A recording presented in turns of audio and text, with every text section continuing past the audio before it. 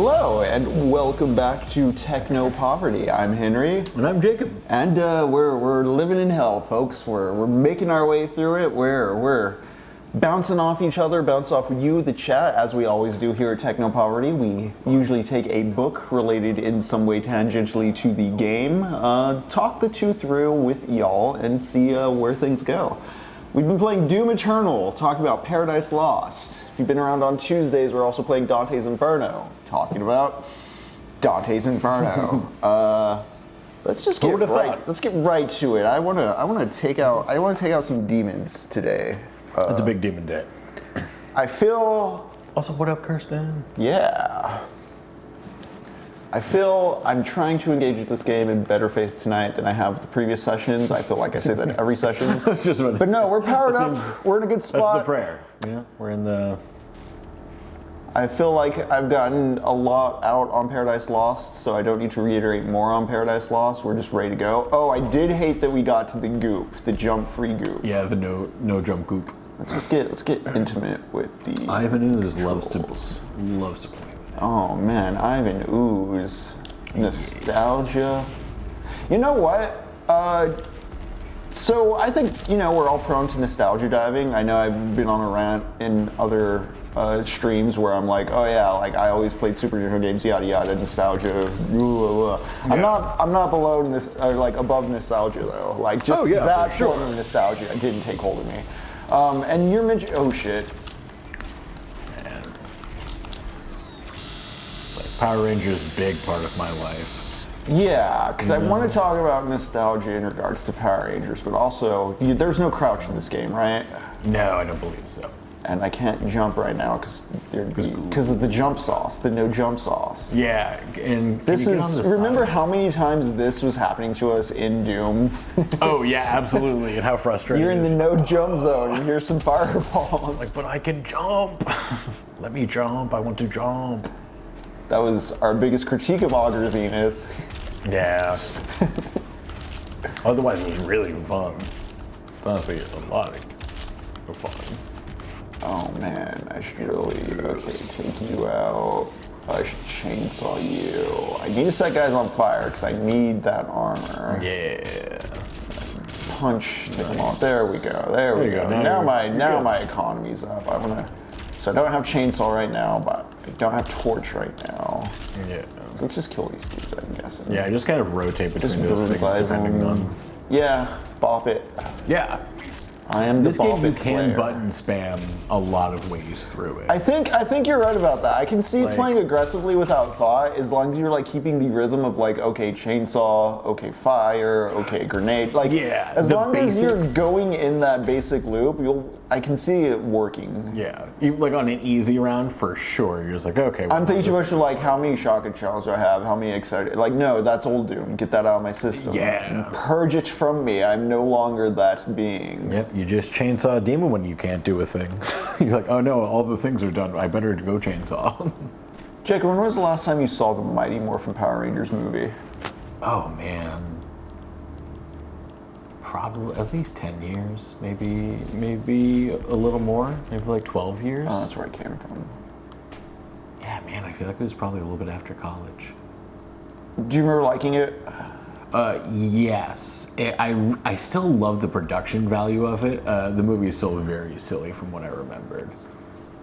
Okay, because to me, the Mighty Morphin Power Rangers movie, when I was first doing oh yeah, thanks for my childhood, I'd rewatch the first Teenage Mutant Ninja Turtles movie. I think is really great. Oh yeah, holds up way better than Mighty Morphin. I think. I was going to say I think Mighty Morphin Power Rangers was one of the first things I watched. I was like, okay, yeah, I was a dumb kid. This sucks. I have the TV glow moment. I saw the TV glow moment. Yeah. I'm trying to think of what I know. The one movie I have from my childhood that I loved, but I know is objectively a bad movie, is A Gnome Named Norm. And it was directed by... See, I want to say I remember that, but I'm also wait, no, I'm thinking of A Gnome in Central Park. Yep, very different movie, but definitely deals with a gnome. But it was a weird detective movie of that a gnome is the one who witnesses the face of the person who perpetrated the crime. And Anthony Michael Hall is like the detective who finds this gnome. But also the gnome wants to get this guy because he's stolen a crystal that lights up his world and everything's dying in it. But like, the puppet for the gnome is the ugliest puppet you've ever seen. It kind of looks like something from, what is that Jim Henson film? The Dark Crystal? Yeah, the Dark Crystal, like the more human-looking creatures. Anyways, it's really bad, but like, even like I've wanted to rewatch it. I have a VHS copy of it somewhere here, but like it's just so. I know that it's bad, and I remember thinking as a kid, I'm like, this is bad, but it's really funny. And it's like one piece of nostalgia I don't want to go back to for a while. It's like, I'll just leave the memory be. Yeah, honestly. I won't let it stir. You don't want to re-summon up anything. Yeah, I'm like, I don't think I'll have a lot of fun with anything that comes back from that, but like, having it on VHS without having the VCR, I'm like, this is great. Yeah, you know? yeah. You can Actually, it's like you have the like, yeah, because you have the object as far as like, it's a VHS made. There's a physical relation to it. Which I love, but definitely don't care to watch it. Like maybe one day in the far, far future, just because people think, what was it? And I won't even remember. Armor. Okay, cool. Nice.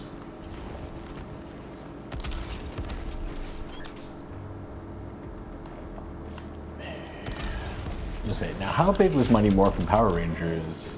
I really loved Power Rangers, like as the TV show. Yeah.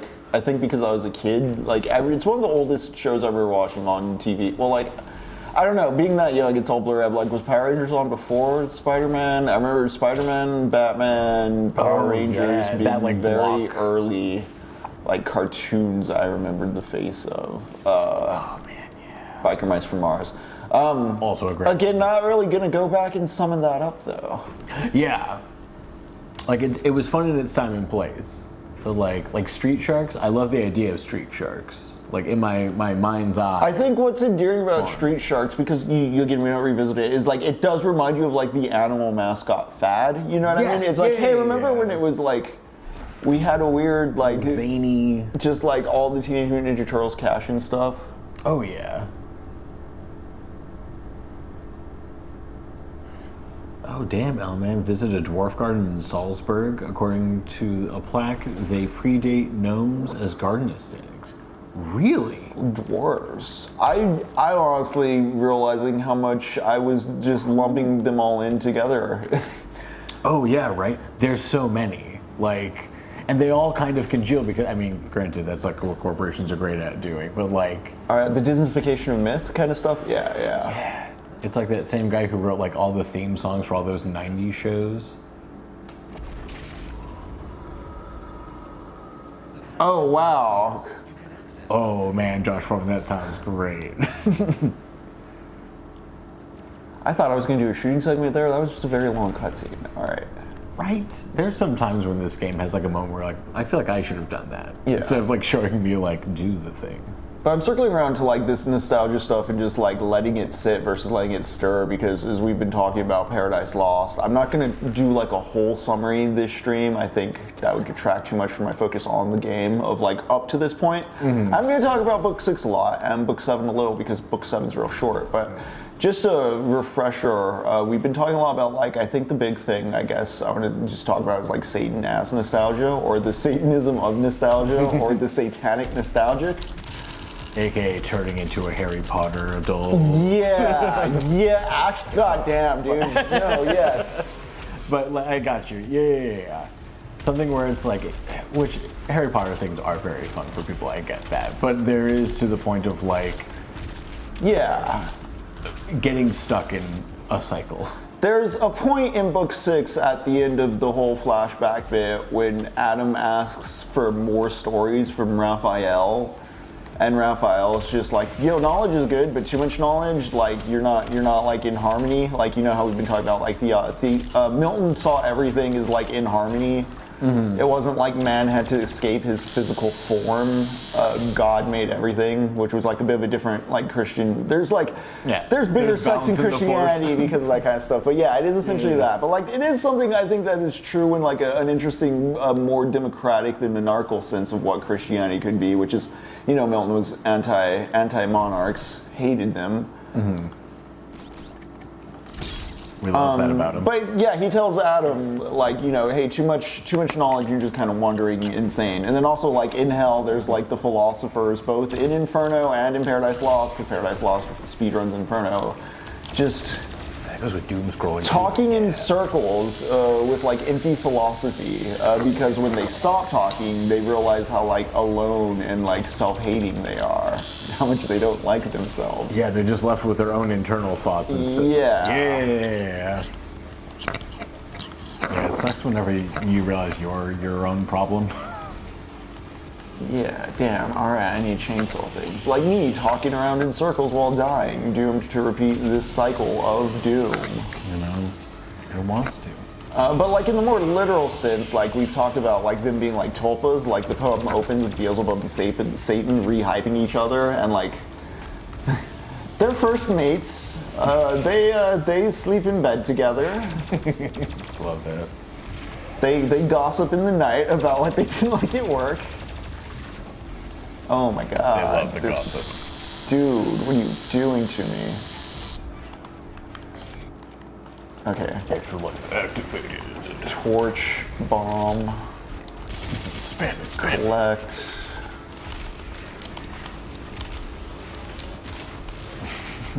Oh man. Oh man, y'all should touch grass in a while. Milton probably. Yeah. And a real Burton Ernie.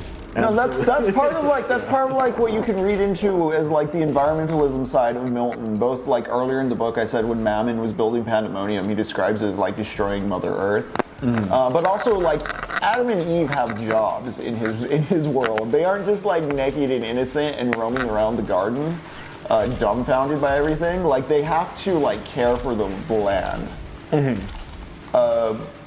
But because it's like this is before the fall, it doesn't suck. Like it's labor they don't mind doing because it's fun to garden and like do all that stuff. And also like God has it on easy mode because they haven't sinned yet. So he's just like, yeah, just put a little water on the plants and like a whole fucking tree will grow. You know, that kind of stuff. Like yeah.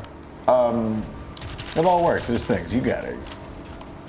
So you know you can even on easy mode you can, if you just sit around too much wandering and you don't figure out how to like channel that. That's like you can still lose the game. That drives you insane. Yeah. That's part of like the satanic he's talking about in here, and I just find that interesting. It's definitely a certain hell. I bring that up too because another thing that reminds me of is just like the Adam Friedland, Richie Torres shit in terms of just falling back to the same lines or being hollow in response.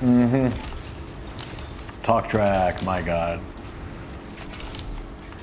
I love the idea that was a gotcha interview.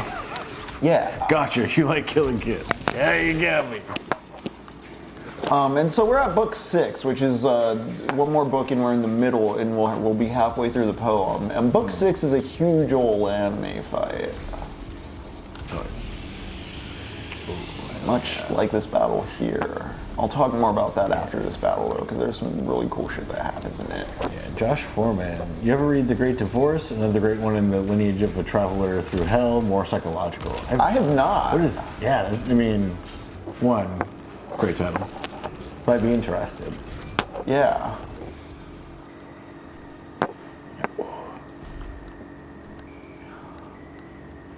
Honestly, there's been like 2 tangential books from this re-dive into Milton I've picked up. One of them is a short history on the destruction of the Indies, because I really do want to see what that's all about.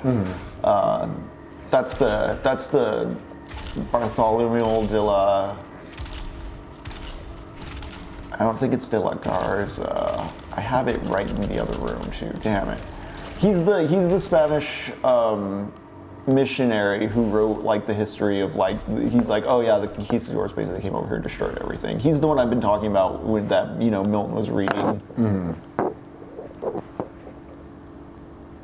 The second one's called The Stammering Century, which I think you might find interesting. You can find an audiobook of it because it's from a journalist. It's by a journalist. It came out in like the 1920s. But it's just, he's like the Louis Theroux of the early 1900s. Like, it's a book about like all the cults and like subcultures and just like weirdo clans and stuff. Like, not just like the KKK, but like literally like any weird like small potatoes cult in like the 1800s America. Oh, that's it. Like, it's about a century of that, and like a lot of, he calls it the stammering century, or I think it's the stammering or the shuddering century. Just because it's about how like confused and just like weird and like the religious zeal of America in the 1800s, which there was a lot of. Ooh. It's another C.S. Lewis. Dang. It's the book that cracked the door of my evangelical soul. Interesting. Just enough to allow my escape. Cool, man. Good for you. That's great. Yeah, Josh Foreman. But interesting. I really need to check out Lewis Beyond Narnia. I know he does like Out of the Silent Planet and some space stuff, but like there's some other like books he has. I'm just like, I have no idea what they are. Yeah. Yeah, I really am only familiar with that. Wait, what is this power up? Is it the speed one? Everything's like blowing up pretty good. Everything blow up. Is it good. like a critical something or other?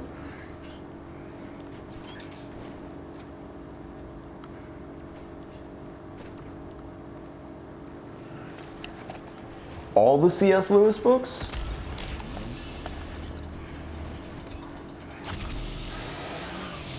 Alright, let's Chainsaw Economy. Blow you up. See, I'm too addicted to like rocket launcher, make them pop. It's like I should probably be harvesting for armor. I should be torching guys and all that. Bonking bozos on the head. Dang, Josh, apparently a little bit of a fan, I see. Yeah, he had a huge body of letters from Arstad. I've seen some of those like when I'm in at half-price books and such. I've been kind of curious about him and Tolkien. Tolkien has some cool letters to his son that made me want to look into more of his stuff. Oh, interesting. Harvest you. So if you remember last time we left off, at the end of book 5, it was a flashback to the birth of Jesus, unveiled to all the angels. Lucifer was jealous. Him and Beelzebub took off with a third of... Oh, nope, not a secret. Okay. Yep. Him and Lucifer took off with like a third of heaven's angels. They plotted to fight. And then there's a little council among Lucifer's men. They're like, all right, how are we going to beat up God? And then Abdiel stood up, and I likened him to Butters from South Park. He says, guys, I don't know if this is a good idea. Now that I'm here with only non-believers, and I see that there's no like logic or rationale to this shit, I'm out. And they're all like... They call him slurs, he takes off. No, that's a disservice to the prose. He takes off, and as he's departing, it's likened to like these prideful shadow towers watching him go. And that the way it's phrased is that... Well, the way it's phrased is the shadow towers as he's walking away. It just reminds me of like, it's a very Neon Genesis Evangelion reminder of like the council in their obelisks in the shadowy room, just overlooking everything. Like you have this council of demons, which in NGE the humans are in opposition to the angels. So there's something there. Yeah. Well, hell yeah. But yeah, they make fun of Abdiel, they call him weak, and he takes off. Beginning of book 6, Abdiel arrives at the gates, but he arrives back with God's forces. He's like, hey, they're doing this. And God's like, yeah, we know, but the good thing is, like, you know to come back. All right.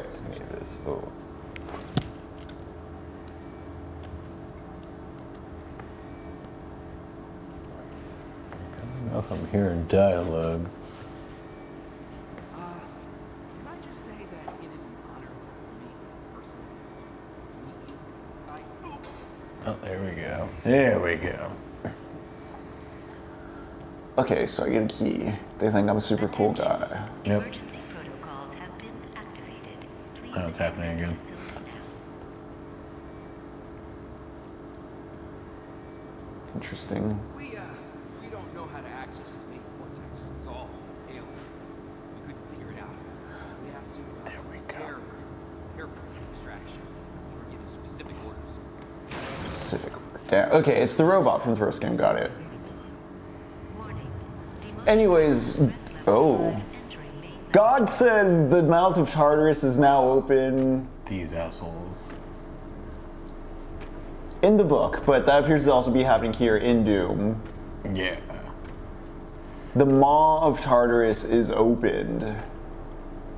And Michael and Gabriel are told to just go fucking kick them out of the heavenly plane and out of the maw. And it gets anime as fuck.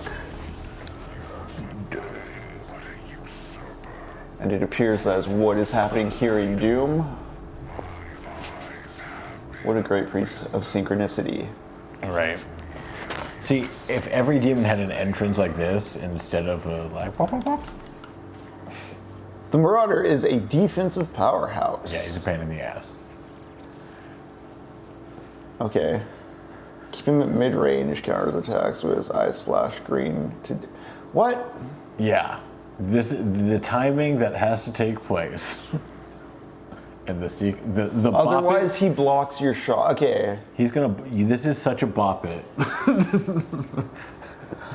I thought this was going to be a thing where it's like, okay, we've given you all the tools and show how to specifically use them. Now here's a dude who's like a shifting sands, like, equal to you, where it's like a skill check, but like a versatile skill check. I didn't realize it was like you wait till his eyes flash green and then you shoot him. Yeah. And you have to specifically be in this range. Yeah. Yeah. And once again, they just straight up tell you what the boss is doing. Like they don't trust you can intuit this out, so they just tell it to you. Yeah. Okay. So God just tells Michael and Gabriel, he's like, yo, homies, there's some bad shit happening over there. Yeah. I'm gonna open up the maw of Tartarus. He does so. And he's like, go hog, boys, let's get them out of here. Yeah. And they run to the field. I just want to get this one little bit in, and then I'll do the Marauder fight. They go to the field, and all the armies assemble. And Satan rides in, and he's literally like on a flaming golden throne carried by 4 little cherubim on fire, and he has like the most ornate like gold and adamant. It's described. He's strutting. He's glazed. He's a like, vibe. yeah. So he's flown down on like literally like a throne. It reminds me of. Honestly, this is something that brings to mind the Autarch from the Book of the New Sun, because yes, Gene Wolfe probably is that good. But the Autarch's described as being both small and large at the same time, and like the way I kind of interpreted that reading the Book of the New Sun is the Autarch is like sitting in like some sort of mech throne, so that he's big, but then he'll stand up from his throne and it'll just be him, the guy. So like that's how like a superstitious person in the year 33,000 would imagine that. Anyways, Lucifer's doing the same thing. He's down on, like, it's a battlefield, and he has these dudes carrying him out on like a golden throne. It's not a chariot, because later in the same chapter, like, there's a chariot employed, and it's like clearly like, oh, this is a functional war machine versus like what Lucifer's ass was doing at the beginning of the battle. Being carried. But he comes and he lands, and he's like, all right, guys, I'm gonna beat y'all's ass now. Like the war is starting. Lucifer's like, let's do it. Yeah. And Abdiel, Butters from earlier, he comes to the front of the line, and he's like, what's up, loser? And say he's like, oh, you're like such a traitor. And he's like, no, like you, because like. Satan goes like, you betrayed us all and you went back to God and you're like a stupid idiot. Because remember last time he's like, how do I know God created me? Like, I appeal to my nature. And like, Abdiel basically says like, well, God created your nature. This is both Milton literally like making it clear that like, yeah, even Satan was created by God. He created his nature, but also like, it's reiterating the harmony thing. But anyways, Satan starts talking shit to Abdiel, and Abdiel is just like, shut up, and he smacks him, and it's described as like he's smacked in the head. He gets knocked back like 10 paces so fast no one can see it, and the ground shakes. It's the anime hit. Like, it's when the dude gets hit and he crosses the back. Yeah. So Butters just went up and did that to Satan. Damn. Just like after Satan comes because flying like down. also there's a lot of reasoning. Abdiel's like, well, your reasoning sucks, so like your methods are ineffective. Whereas like my reasoning is thorough and sound, so physically it would actually do something. So like you're useless. Yeah. So it's kind of like even the weakest person who follows that strain of thought versus the dude who just talks shit all the time. Like it's kind of like even the weakest of that is more effective than the latter, which is what Lucifer is. Oh, damn. And then the battle starts, and let's start the battle. Okay, so he blocks. I need to specifically shotgun his eyes? Okay. No, you can only shoot him when he's doing that. When he is in that mode. As soon as that green hits is when you want to hit him and daze him, and then you can do your hits. Wait, do I... okay. So, Any closer, any further away, he does shit. okay. It's that finding that sweet spot of him wanting to hit you. Oh my god. Yeah. If you want to use your dodge in this one. At least if you're far away. This feels like a mobile game ported to a console. Yeah. I would see this ad on fucking like, this is one of those lie games you see on like Instagram where it's like, wait a minute, you don't ever get to do the water pipe puzzle. Oh my god, okay, he sends a fire wolf at me, wow, alright. Yeah, you gotta kill the wolf now too. Okay.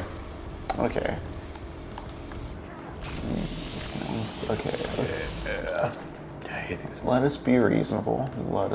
Is there armor around? No armor? Can I torch him at all? Okay, yeah, I can. A little bit. Okay, I don't need the rocket launcher out right now. No.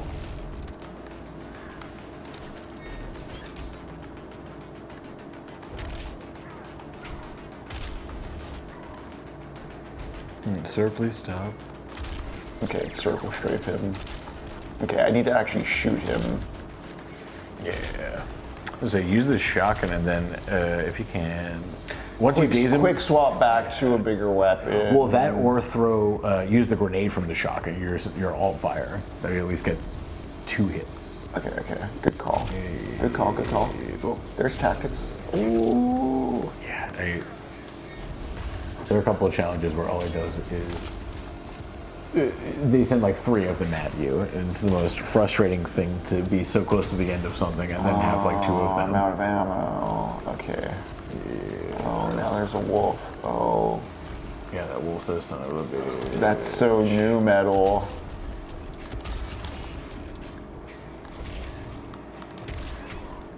Okay, so this isn't a character action game then. This is just like Tetris with extra steps. Yeah. In a bad way. Okay. It can only get better from here. Yeah, but these guys just keep coming back. This horror will grow mild, this darkness light. The mortally challenged have entered the compound. Oh yeah, mortally challenged.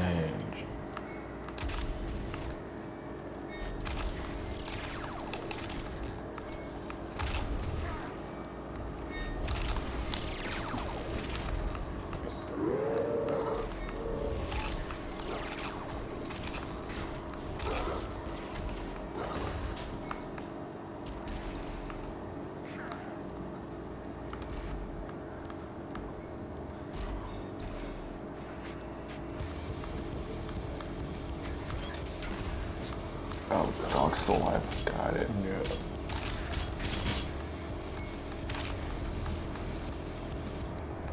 Oh, now I need ammo though.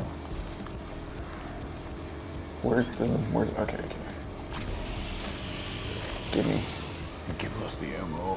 Give me treats. Yeah, you got one more chainsaw in you. Okay. Got that. Locked in there. Bopping that. Twisting that. Nope. Torch it. Nope.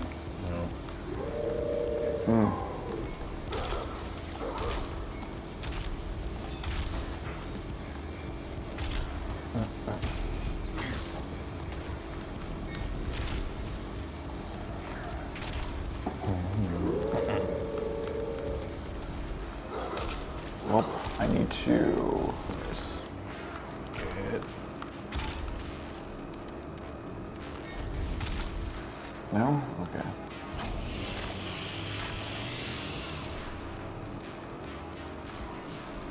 No.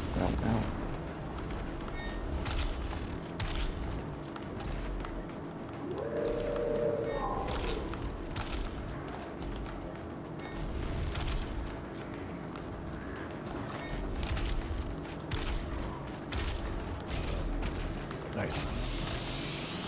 There we go. Yeah, alright. Next time I need to torch some.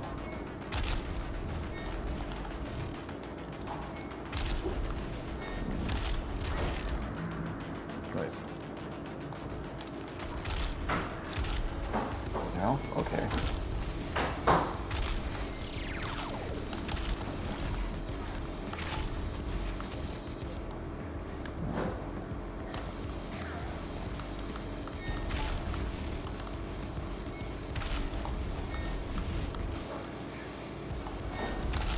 This is bad on a controller. Yeah.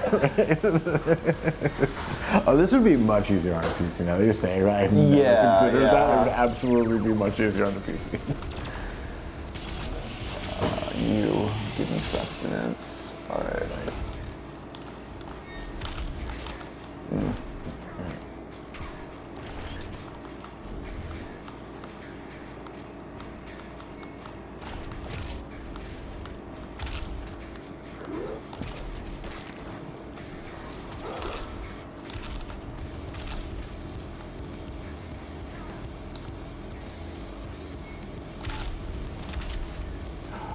Yeah.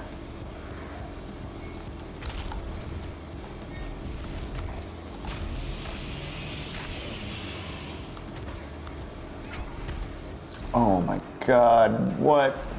Yep. Oh, nice.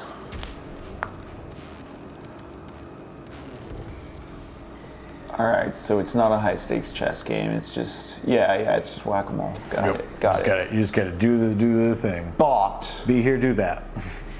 Hit the button, do that. Yeah, it's very nice of her to wait for me a chainsaw.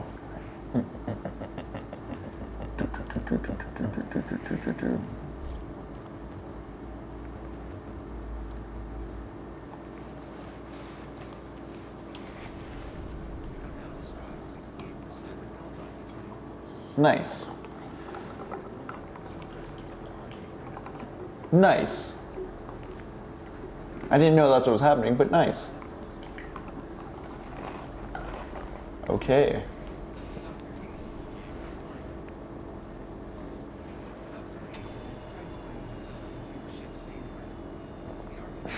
Yeah, that is true. When you're last time we were all We like, did "Well, a we're gonna get Kingdom to the Mystery. We Marauder." got to the fireworks factory.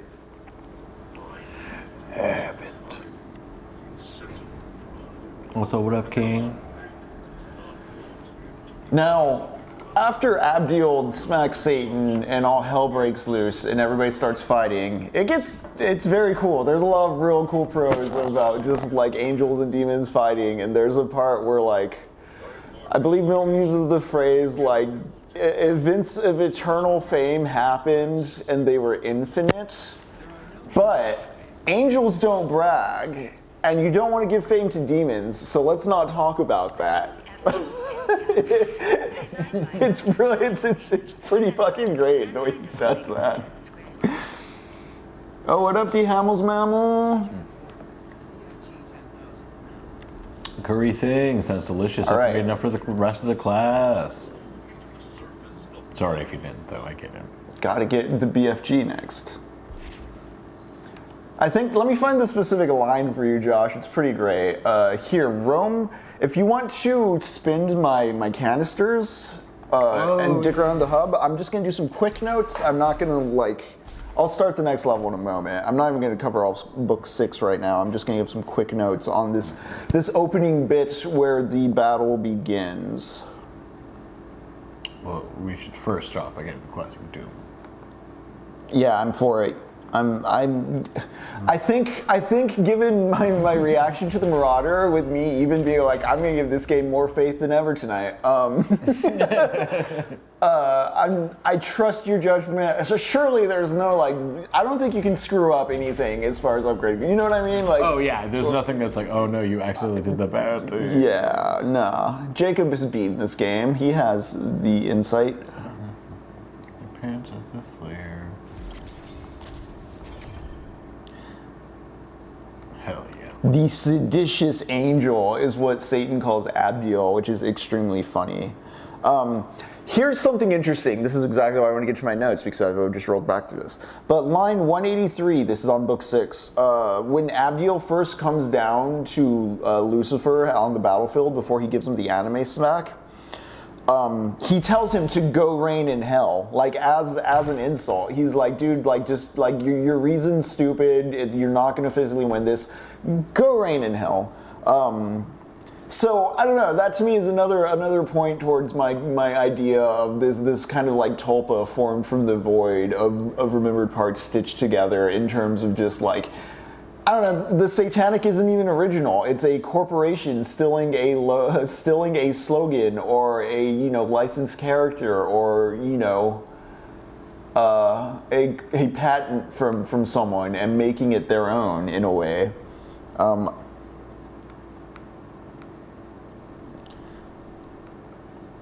Yeah, line 240. Deeds of eternal fame were done infinitely. Let me pull that up for just a moment there. Ooh. Let's do that too. Right for you. We already did that one.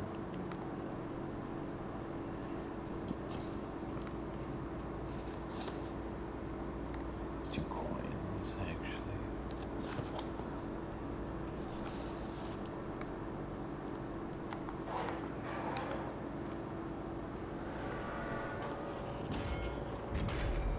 Yeah, I feel like the castle is definitely very quick lick.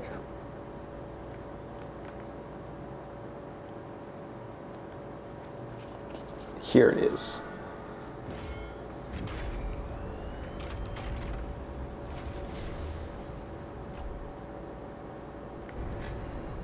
I might relate of thousands, and their names eternize here on earth, but those elect angels, contented with their fame in heaven, seek not the praise of men.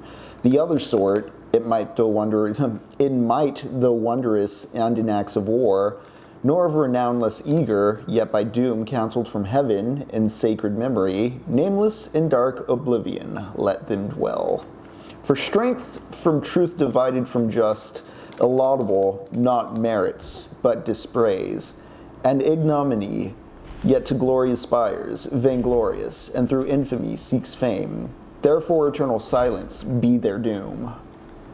Therefore eternal silence be their doom. Don't talk about them. Yeah. Leave the thought alone. You don't need to... This brings to mind, okay, so Spider-Man is a cartoon I brought up earlier. There's a comic out right now, or coming out right now, called Spider-Man 94. It's doing the same thing X-Men 97 was doing, except it's not a cartoon. It's a comic book. Interesting. It's a comic book. Able to get away with a little bit different things. Yeah. The thing is, I don't think it looks like the cartoon does, and I don't get why they're continuing it, because the show... I'll get into that in a moment because let's get back to my whole Deus Ex Machina thing. But the short is, like, I don't feel the need to go back to the comic book. Like, let it lie. Like, Spider-Man 94 particularly. I still read other Spider-Man. I read Spider-Man I've never read and don't have nostalgia for, but, like, it's interesting to see the evolution of the form through time, etc. But, yeah, and the thing is, like, Spider-Man 94 isn't one of those examples of, like, the people writing it aren't the original showrunner or writers from the cartoon. It literally is just to take the name and keep the license going. Oh, gotcha, in name only. Yeah. Yeah, Philly, man, you got the idea there. And notice it's like they need other people to be saying the name endlessly, like they're hollow within. That's kind of a recurring thing I think's interesting within Paradise Lost.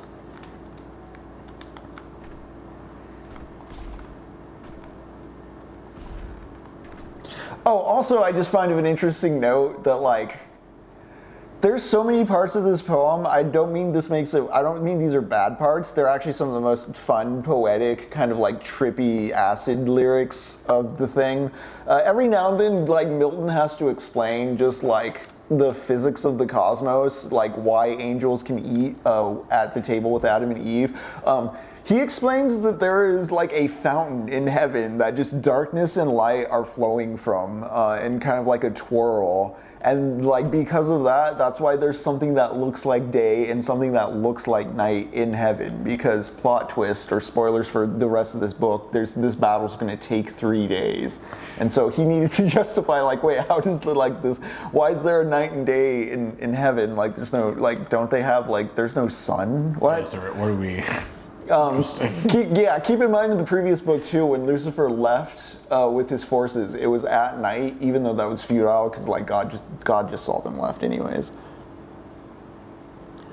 But yeah, line 54, if you want to see like the heavy metal stuff as far as like God just telling Michael and Gabriel to go forth, is where the mouth of Tartarus is pulled open and all hell breaks loose in this poem.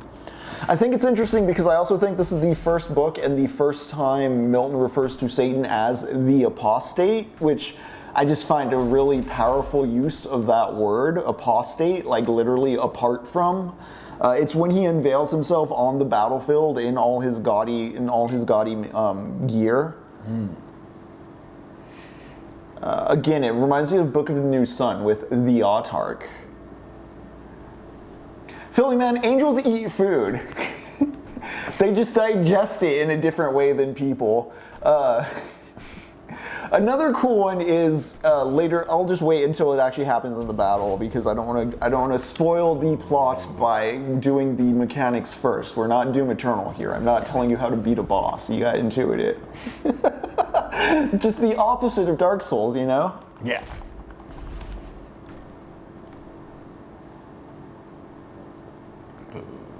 I also find it interesting because it's very clear that Cormac McCarthy was taking huge influence from Milton when writing the character of Judge Holden for Blood Meridian. Mm-hmm. And the argument that Abdiel makes to Satan about Abdiel having pure reason so that his strength will be purer than Satan's, who has no reason, therefore no strength.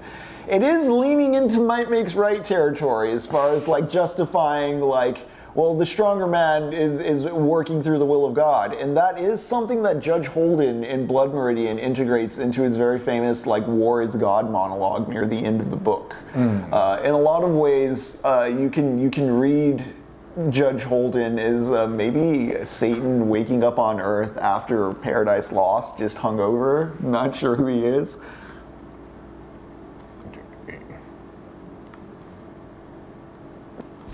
I say yes, angels poop. No. It all gets subsumed into the inner ether of their bodies. And then just right before Abdiel smacks him, Satan does reiterate that hell is for warriors. You have to have a real alpha Chad mindset down there. You can't be a singer. You can't just be praising God all day. Gotta be cool like him. I already said line 240. Okay, there's one more thing I want to read, and then we'll get back to it. I just want to bring up Abdiel's little smack. I want to read the exact description just to get across how fucking Dragon Ball Z this shit gets.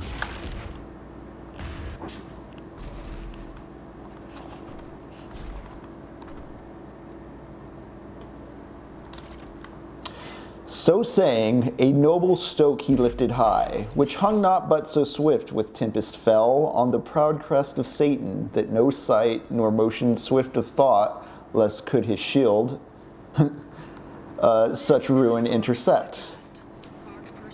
So saying, a noble stoke he lifted high, which hung not but so swift with tempest fell on the proud crest of Satan, that no sight nor motion nor swift thought could, much less his shield. The less his shield is parenthetical too, so this is an aside. I am rereading it, but no, nothing could intercept it.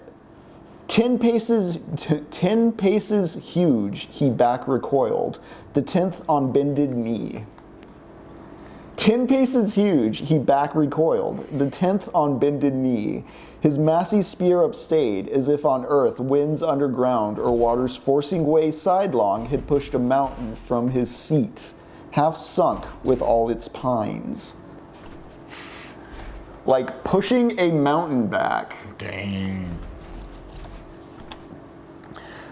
That blood must be painful. But yeah, so, you know, Satan starts gloating, saying he's gonna win. Abdio comes up to the front lines, smacks his face down, and the battle begins. Let's initiate the next level.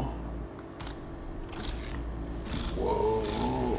The power! Line 281 has a really great kickoff to this whole thing when Gabriel comes down. Line 250, Gabriel whips out his flaming sword. 281, it says the Prince of Angels versus the adversary is how it's framed. Nice.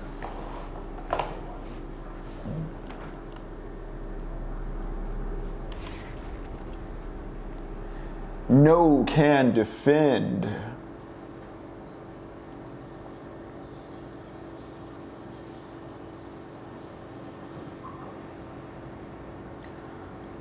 If you're playing along at home, I don't have the link on hand, but book 6, if you start on line 281, you can have a pretty fun time with just this section of the poem.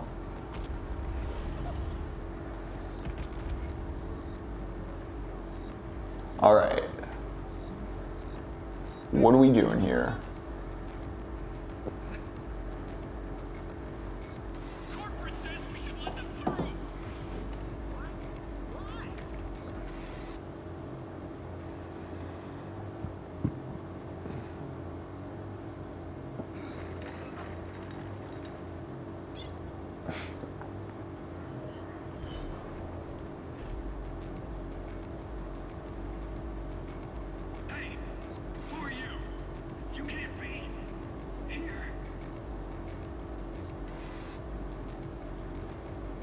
Bro, did you know I'm like super big dick cool, bro?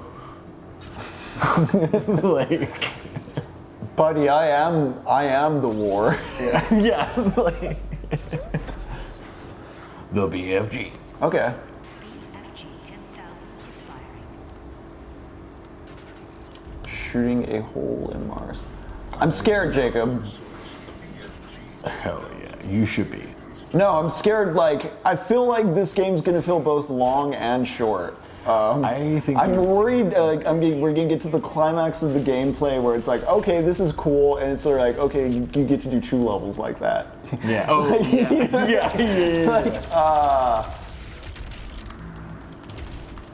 Like, I'm surprised how much I'm still like, maybe this will get, like, cooler as we, like, sure, there's a progression arc. Further and like, further, yeah. and you're like, maybe it gets good now, though. I guess it's been good enough. It's serviceable. I mean, it's Doom. It's got the demons, it's got the characters, you know. It's got the guns, it's got the jump. I find it interesting that we're getting cutscenes now. Like, are we just playing at a weird pace, or was the first part of this game, like, very absent of story? I mean, I know there's the Hell Priest stuff when we punched him in the throne room and all that. For sure, yeah. No, it's pretty interesting because I don't know, man. Like, I guess you can play this very quickly if you're driving through, but like, we're also kind of like licking corners and things. So yeah, probably slower than the average Doom, but like, I wouldn't imagine. How do I get out there? Is there an unlock? Is there an unlock around here? We'll get a map.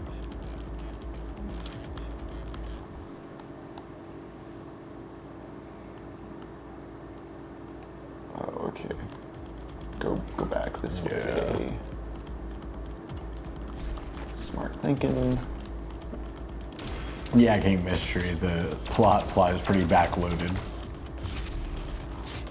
Seems to be my memory as well. It's gonna be like, here's all the things you use. And it's like, all right, now that you're the cool guy, you get to do cool stuff. Yeah, I remember you taking a moment to like start the game. Yeah. Because again, like literally the guy, like the interactions you just had with those humans was very much like, wow, we just introduced this cool character for the first time. Like we've been playing this for hours. And also, why do the demons know me, but everyone else is like, excuse me, sir? Like, I'm sure there's some lore, and you probably just upset some very mad nerds. Excellent. Tell me in the comments. Yeah. Tell me I'm a dork and don't know things. Prove it. The Doom guy's real name is Sheila. It's canon.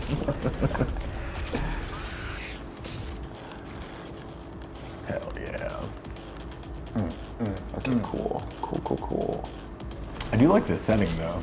Like this level, I'm liking the pace of the demons in terms of like little small framed encounters in tight areas. Yeah. It's not all like arenas. There's like cutscene direction. Like this level feels great.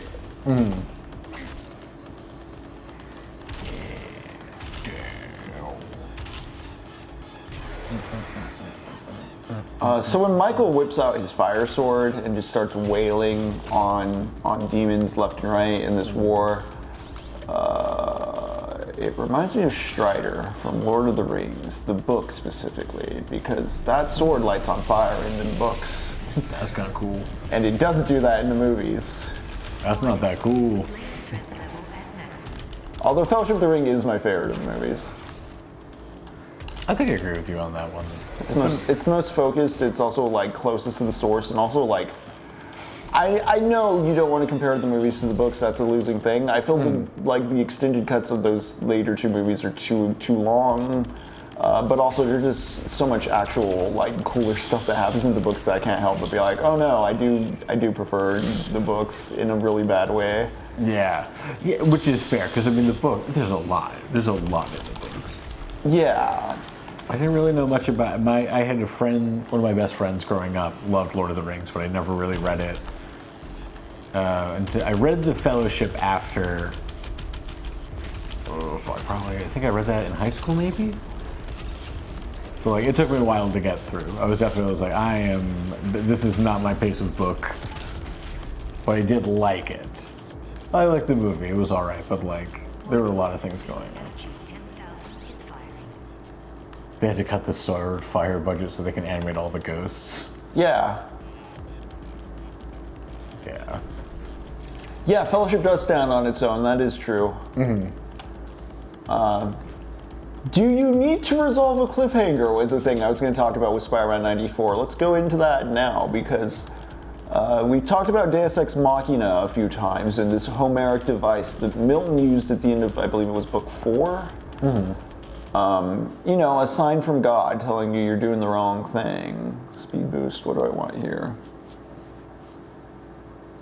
Do I want to survive? I do kind of want to survive the death blow.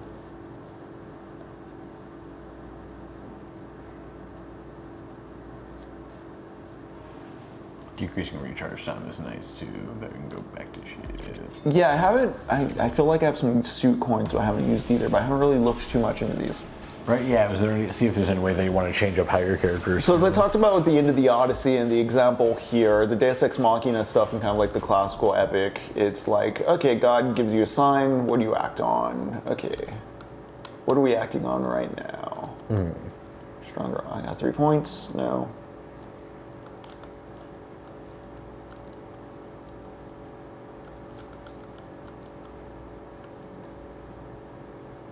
Yes. And you use the heat blast more, I remember liking that, but we use that. What's good here?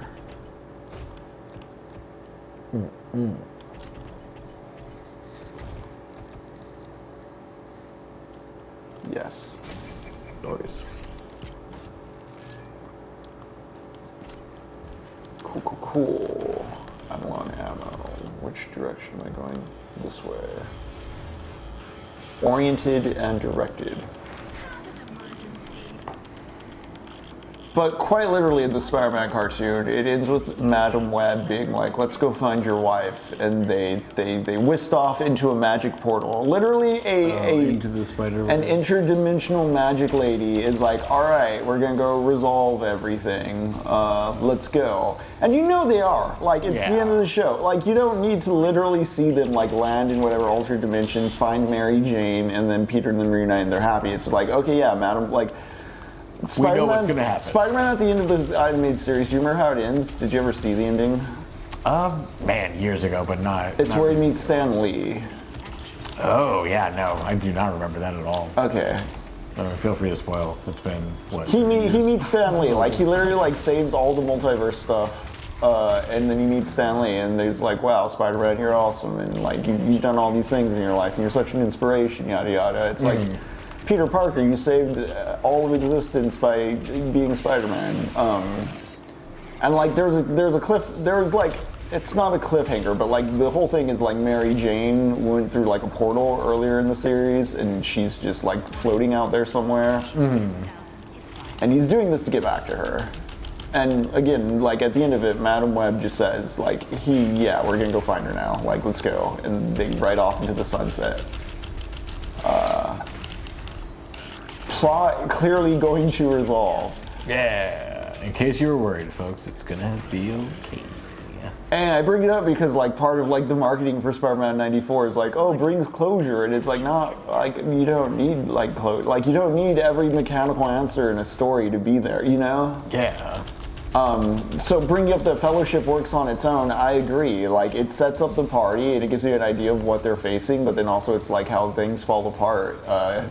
But they continue on through hope and all that with the walk in the mortar at the end. Yeah, that's a really interesting. I had never even considered that. Just like how standalone that truly can be. I do remember never watching the movie because I had forgotten what so I do think the Two Towers theatrical cut is fun and good as well. Oh yeah. I hate the extra scenes in the 2000 in the Two Towers the most of like Return of the King director's cut's just long, but like all the stuff's still like good. There's some of the stuff in the extended cut of the Two Towers I think is just like not good for pace and time. It's some of Viggo Mortensen's weakest performance in the whole thing. You definitely feel why things were cut. God, that's so weird too. That reminds me, what is Elman saying? Oh, what we got? Reminded me of how fade outs are pretty rare now in music tracks. Yeah, that's true too.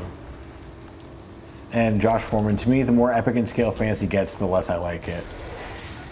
Same. I think I agree with that because like I like epics, but like as you hear me talking about Paradise Lost and the Odyssey and all that, I think my definition of epic in romance is a bit more academic or like historically. It's like a historically different definition than like a more contemporary version. Because I don't like contemporary things that like use the word epic in that way. Yeah.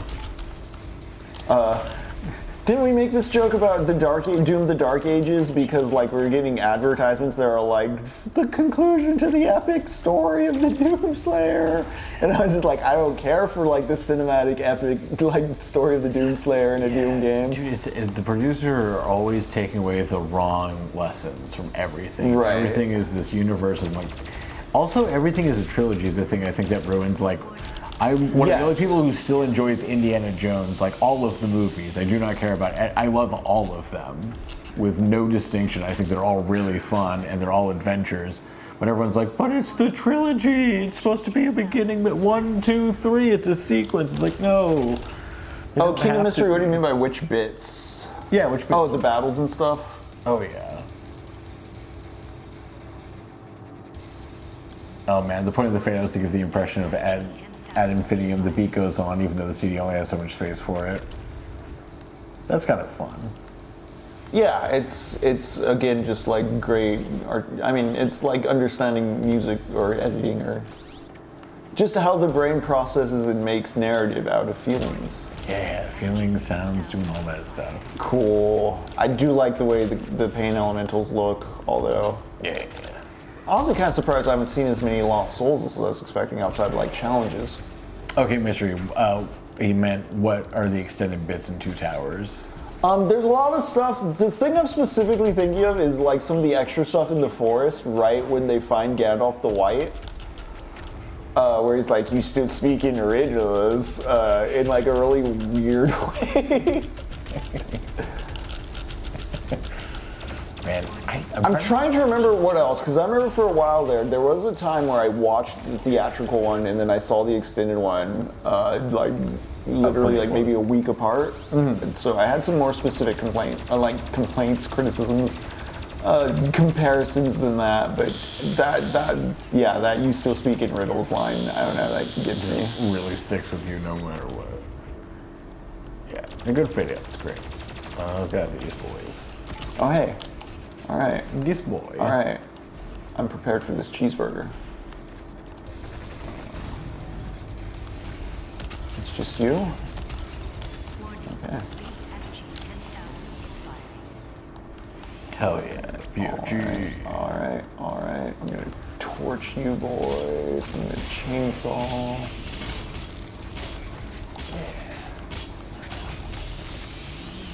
Chainsaw another.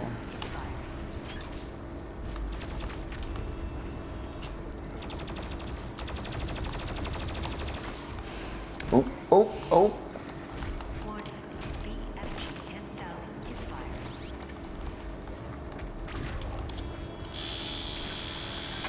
How makes me think the extended scenes. I just watched the final cut of The Wicker Man, Yeah. and it had a couple extra scenes.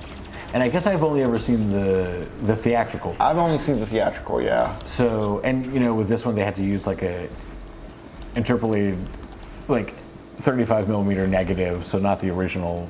So you could tell what scenes were like added in for what parts. And it's definitely like, man, I hate when I agree with when Bridge like, nah, they were right, they should have taken that out. Like, this is very heavy-handed, because they had like two scenes. One of them I agreed with, Interesting. but one of them I was like, this is just really like... I'd be curious to see those, because I find like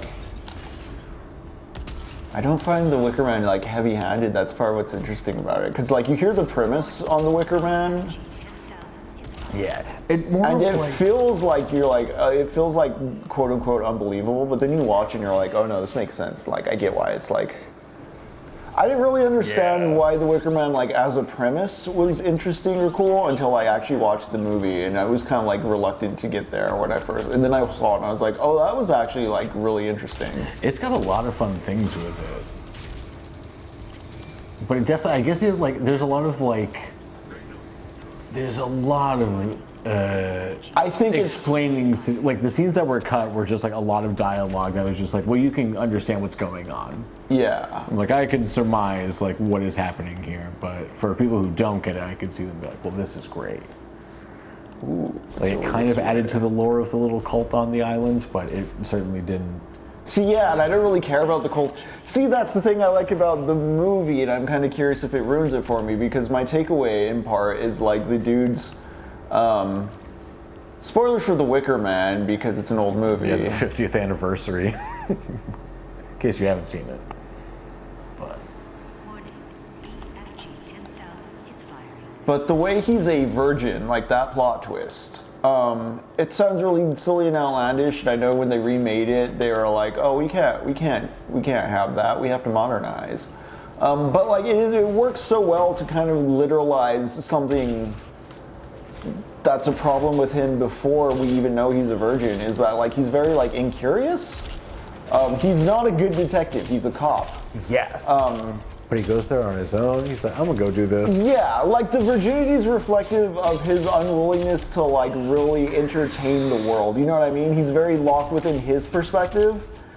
And like because of that, he doesn't see that he's like walking into a boiling pot of water. You know what I mean? Oh yeah. They even like so many times whenever he goes into the school with a little girl with a beetle tied, it's like, yep, he just keeps going around and around Yeah. until he fucking suffocates himself. Yeah. He's like, well, I better keep investigating. Like if he was a bit more curious and a bit more willing to like, I guess like wager his soul in the material world is kind of like what the operative metaphor is. He probably would have, if not solved the mystery, as my like, oh, I gotta get the fuck out of here before these people like kill me because they're wackos in this cult. They literally told me to leave as soon as I met. Yeah, exactly. Like he's like, oh, okay, like this is cult shit. I'm not suited for it. Fuck this. Like if he didn't have that virginal naivete that like the good guys were gonna win, you know? Yeah. Oh my god. Which is why the virginity metaphor, like becoming literal at the end, works because he is kind of like that pud. Like it's not like the virginity was like like being a virgin was like a more pure, chaste thing at the like people were still having sex. Like oh yeah, old people have sex all the time. There are People, you know, yeah. people are fucking. It's sex. Like It's not like people were more chaste at the time. Like even back then, it was probably silly and ridiculous to be like, wait, this guy's a virgin, but like it's like, well, it checks out considering how he's acting. Yeah. Which that was one of the scenes, right? The first scene they changed because it's like him in church taking communion. Like it just really drives home how Protestant, how devout he really. Gotcha. Because you don't fully because he's not willing to like learn and explore the island. He's not a gamer. Yeah, he's immediately just like, nope. Like, so it's interesting that I was like, oh, I thought that was like intentionally like the movie making that shit obscure to convey like this character doesn't pay attention to things. Well, I mean, it may have been cut out in some sense because there's like a theatrical cut, a final cut, and a director's cut, right? Yeah, and from my understanding, the director's cut, the final cut is the director's cut without a narration in the beginning of the movie. Interesting. Yeah, but I am excited to watch it. I so far I really enjoyed the theatrical cut, but I did enjoy parts of the final cut.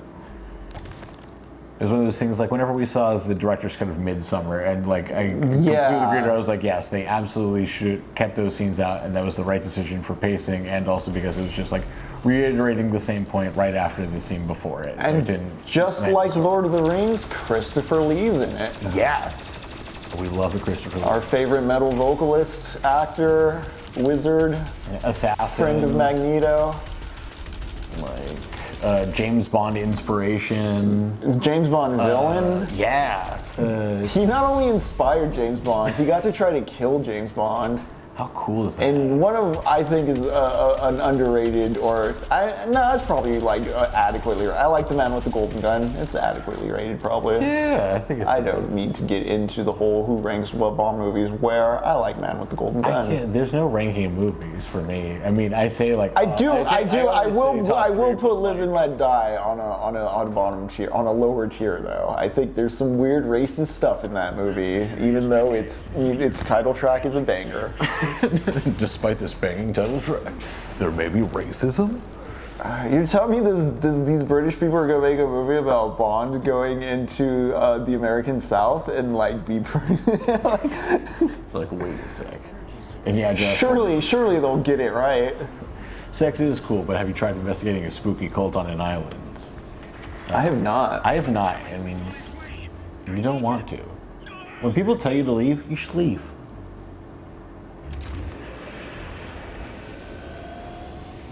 Maybe a more conniving and brutal and Luciferian person would recognize what to do in that situation, but not you, Mr. Detective Man. Yeah. Also, I keep expecting these to be shooting segments. I don't know why. Yes, exactly. Because look at it. It's first person. You're in a gun, and you're like, no, we're not gonna. You don't first person shoot this part. Like with the giant gun. Yeah. Only the biggest, coolest gun in the game, and you don't get to fucking touch it. A planet-sized BFG, yeah. You did nothing. You did everything up to that point. Okay, this is cool though. Nice, like that. I do like in like pretty much Doom 3 onwards, like the 3D Doom games, I do tend to like how the BFG looks or is justified. Like you tend to rip it off of like an enemy or like a big old set piece. Yeah, something crazy. That is a real fun, like Yeah. the destructive portion.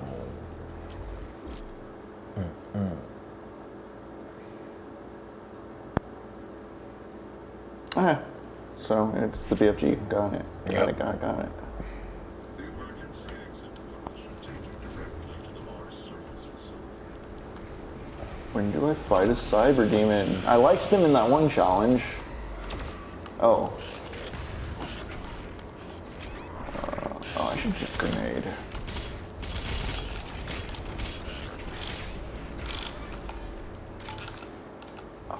Wow, that's a lot. That's a lot. That's a lot of dudes. Oh, wow. Where'd all those cacodemons come from?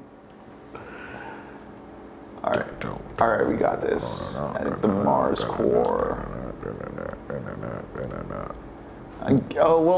Duh, they just gave me the BFG. I'm in like weird like conservationist mode. Like, oh god, wait for the big guys for the big guns. It's like, well no, they're giving me a big gun right now because there's a lot of guys. Like, yeah, there we go. Yeah. Clear as day.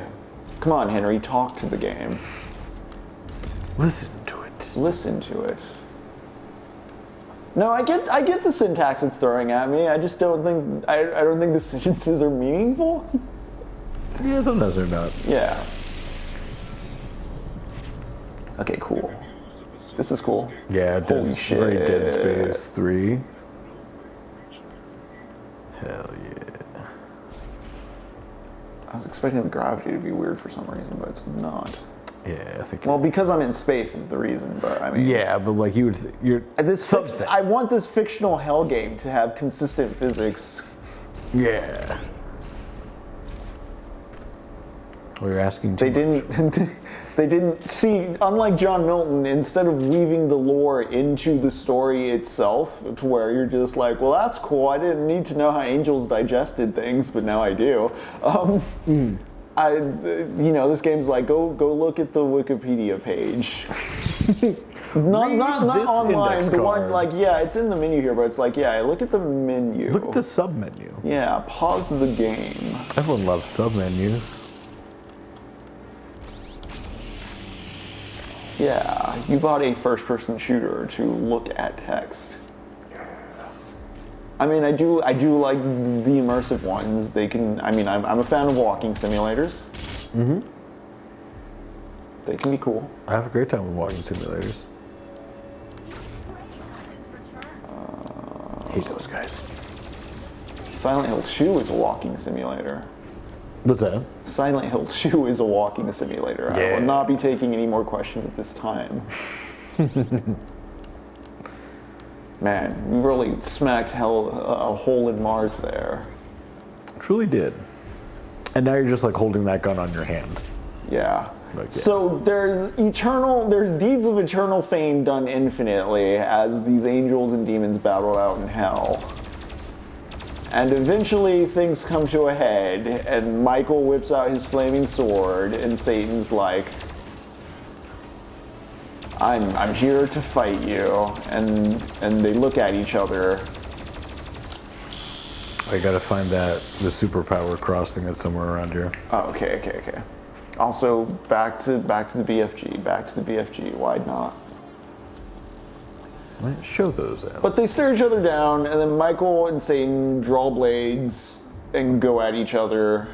Michael's fiery blade breaks through Satan's sword and cleaves off his right half. His whole right half is cleaved off. Damn.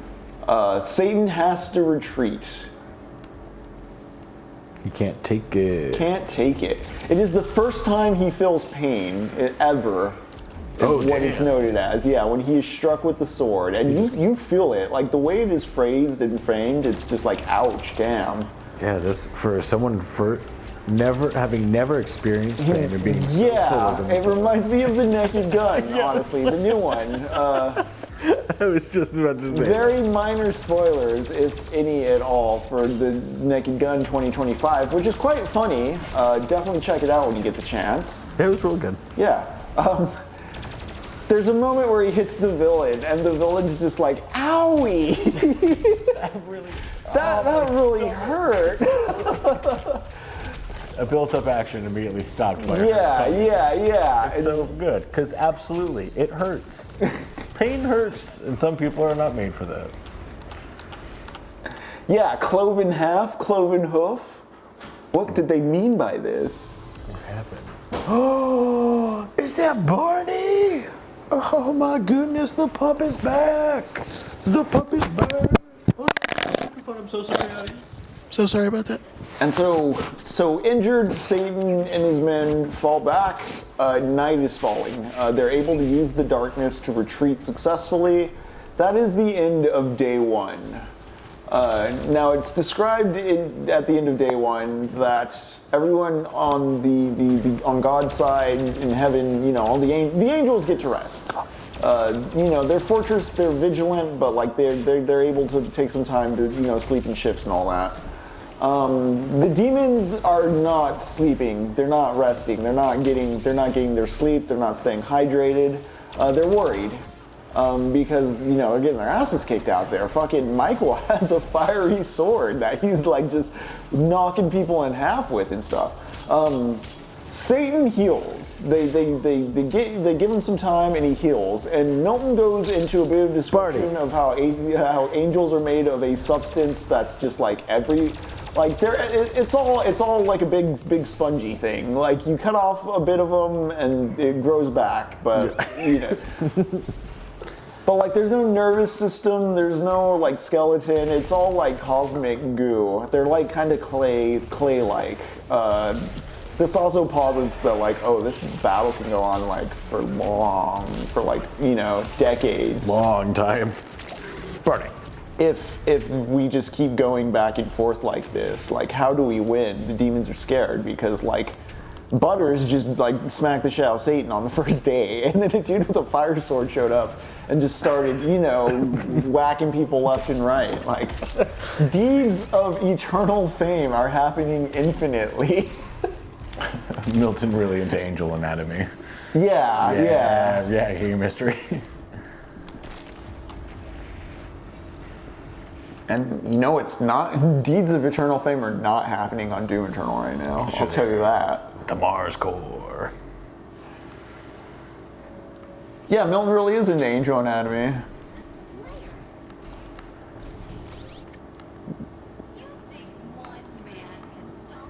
But so they're all hurt and trying to figure out, like, what are we going to do when the sun rises? And so Satan goes, I know what we can do. We're gonna take from the earth all these various materials, and we're gonna build guns.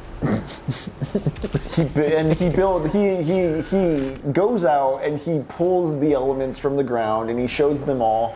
And again, we're getting very Blood Meridian tonight, but like when Judge Holden in Blood Meridian first encounters the gang, they're on the run from Apaches, they're out of ammo, and they don't know what they're gonna do. Like they think they're gonna die. And then they encounter Judge Holden. Judge Holden leads them up to a volcano, and he has them take the elements from the earth and piss on them and use them to make gunpowder. And then, from there it's a shooting gallery because they have a bunch of gunpowder. Very cruelly. And Satan does the same thing here. He takes his men up to, he shows them how to make a cannon, and they all make cannons.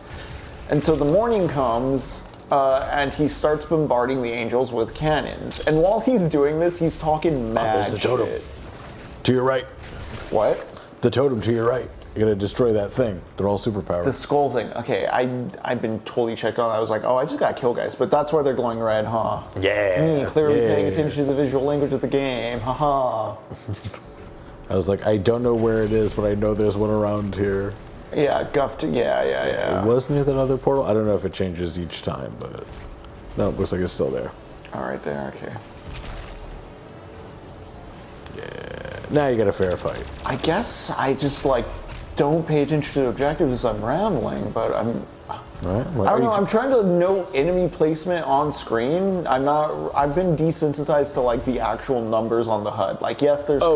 There's colorful bars to show me there's meters and stuff to quick reference my eyes, but I'm not looking at the actual numerical values that specifically. And I guess because of that, I'm also not reading text. Yeah. Just kind of yeah. Well, there's so many things that are showing. I'm trying to maintain flow, yeah. Go fast, but also read 12 different things. We're not airline pilots, you know? I'm a dude playing a video game. Right, and that's the thing, because so I'm enjoying Dante's Inferno. I'm getting into the swing of the mechanics. I really locked in on the last boss Lux and I fought, where we were throwing the sword back at him and shit. Nice. I'm willing to hear out the verbiage of a game. Like, I want to speak its language.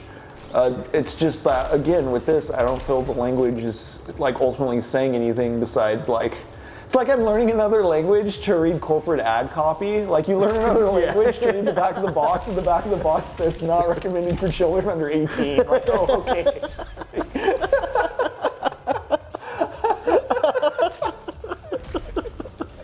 Like, fuck.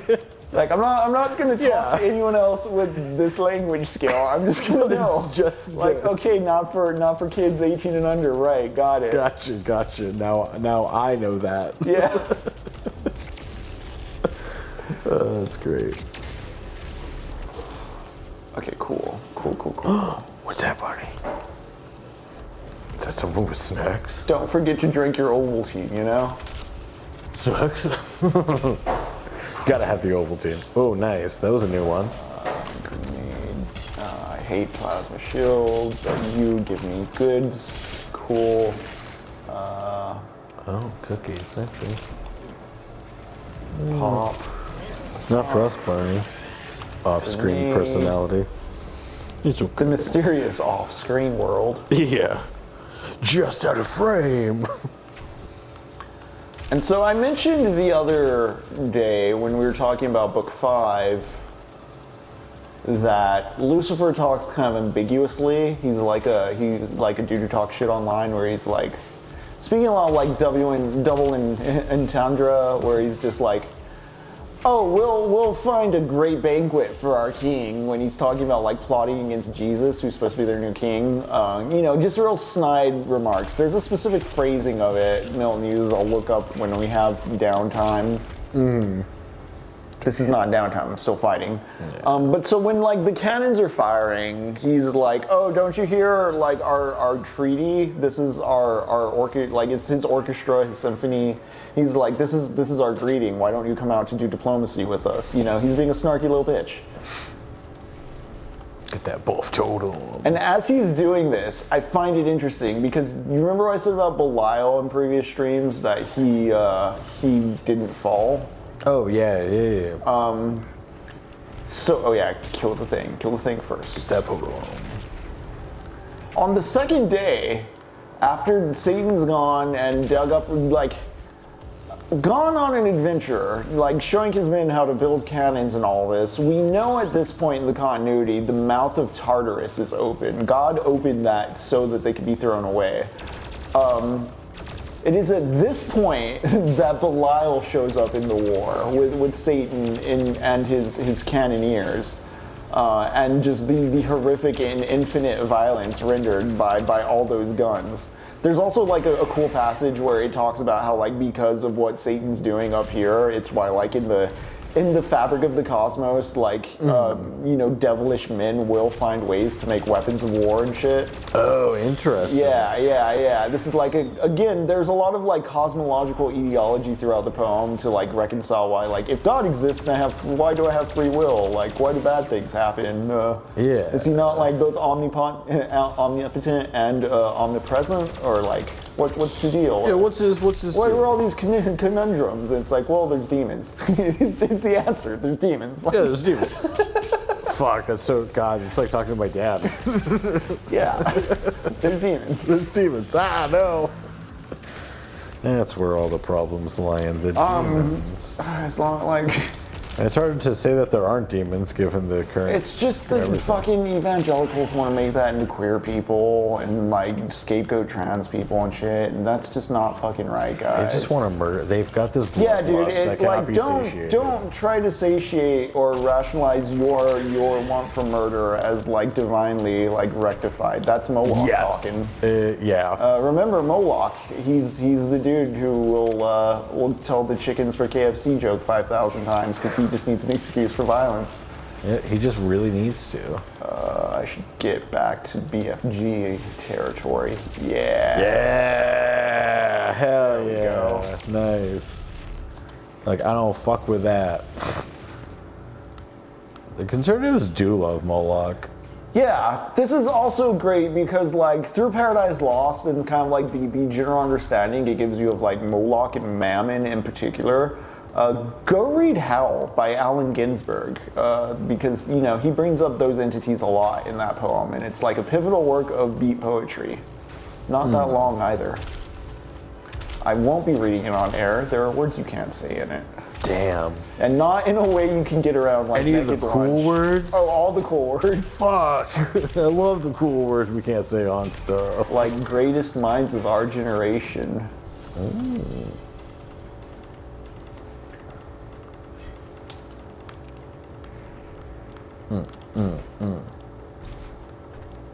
So anyways, Satan, you know, shows up with Belial in tow, and he starts quipping while the cannoneers fire off. And as he's quipping, it's very much noted that Belial's like goading him on and like just like doing little like tack-ons that are probably super annoying. You know, Just be a little catty bitch. Okay, hear me out. So Lucifer's Nick Mullen, Beelzebub is Stav. Okay. Yeah, Belial is Adam. Okay. That's a good framing. Let's not go too far to that. That's a very deep in the woods, like 30-something-year-old internet guy joke. But yeah. But yeah. Sewer slide grape. And so like the angels have to retreat because of all the cannons. Or wait, maybe Stav is Belial. God damn it. Belial really destroyed Richie Torres. Belial actually had feelings, and it was wild. Wild. Wild Belial. But so the angels are on the retreat, and they're like, how do we stop these cannons? And their solution is to start throwing mountains in retaliation. I think on a metaphorical level, there's something interesting going here, like the idea of like earthquakes or natural disasters, or like the movements and shiftments of like the soil beneath the structures of war, upending it. You know, like if you rip things from their foundations, like you know, shit can't be practiced on top. Again, you should look at the macro system of a political machine and see how to change that, because the people inside might not understand what they're being held hostage by. Yeah.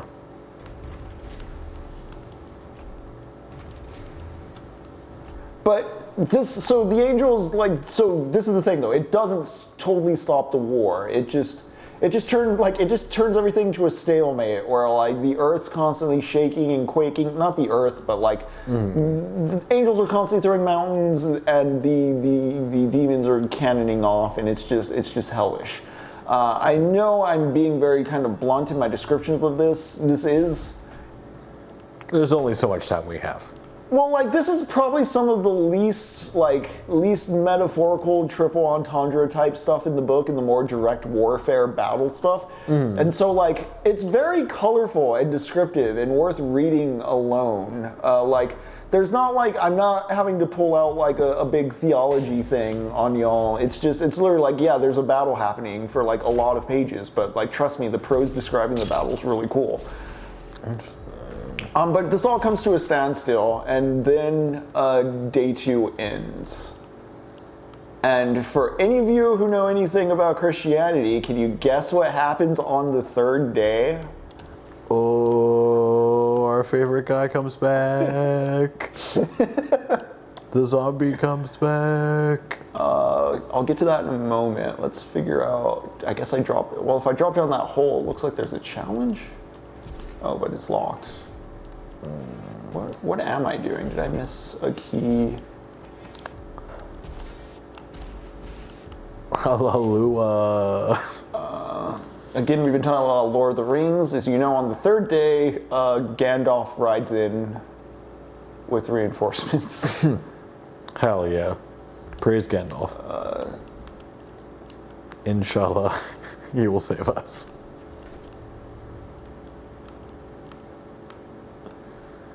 Let me drop down here, which is where I was going before I jumped off that cliff. Maybe I'm just too passionate about Paradise. Maybe I just picked too passionate a work to play with the game blind. But I don't know. I find the pairs working. I think they work real well. A lot of good parallels. How do I get through this locked door? Damn it! How do I open the thing? I suppose I can go forward. I'll worry about the secret later.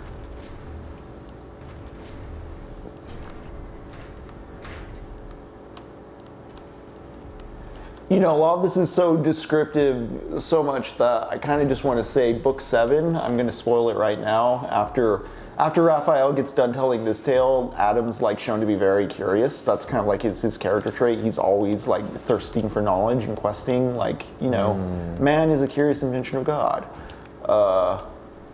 The 7th book is probably one of the shortest and also the one I have the least to say about. It's basically just Raphael recounting the in the beginning myth to Adam. Just explaining like, yeah, in the beginning there was nothing and then God did this. It's done as a celebration after the battle, but I'll get more to that because like now that I think about it, even though I'm like, oh yeah, it's not explaining much, it is still explaining some stuff that is better suited to after I talk through book 6. Wow, I should talk about book 6 before book 7. Wow. Who'd have thought that? Book 6. But I don't want to talk about any more books because I think we're at the end of the level and probably it's about time to head into a break. Okay. First, is this one of those cutscenes we think is gameplay? I think so. Yep. Yep. Again, a perfect, huge moment where like you should absolutely be the person shooting the big gun. This game, man.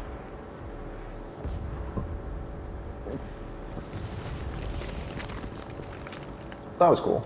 Yeah. But again, you should be able to be the dude. Nice costume choice, by the way. What's that? I like the costume change. Oh, yeah.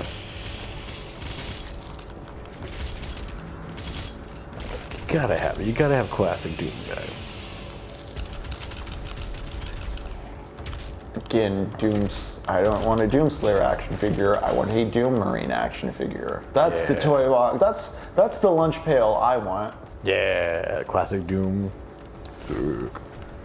That's my frustration, honestly, with Berserk right now. Is the Guts figurine I want is just like, unless they do like a retro throwback thing, I don't think it's gonna come out. And if it does, it'll probably be very expensive.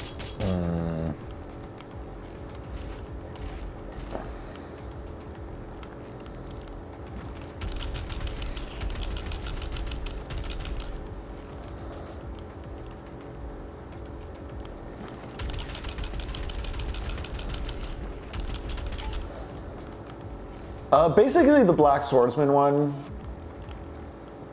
or the lost Black Swordsman, Lost Children era. The most recent Figma King of Mystery, or the most recent figures I've seen King of Mystery. Yeah, all the ones I see now, he's fully in the Berserk armor. Like, I really want that, you know, the sort of the Berserk Dreamcast era model.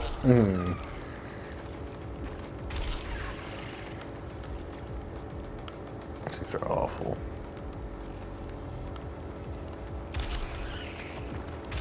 You got him sleeping. Just sleeping tentacles, eh? Oh. Yeah.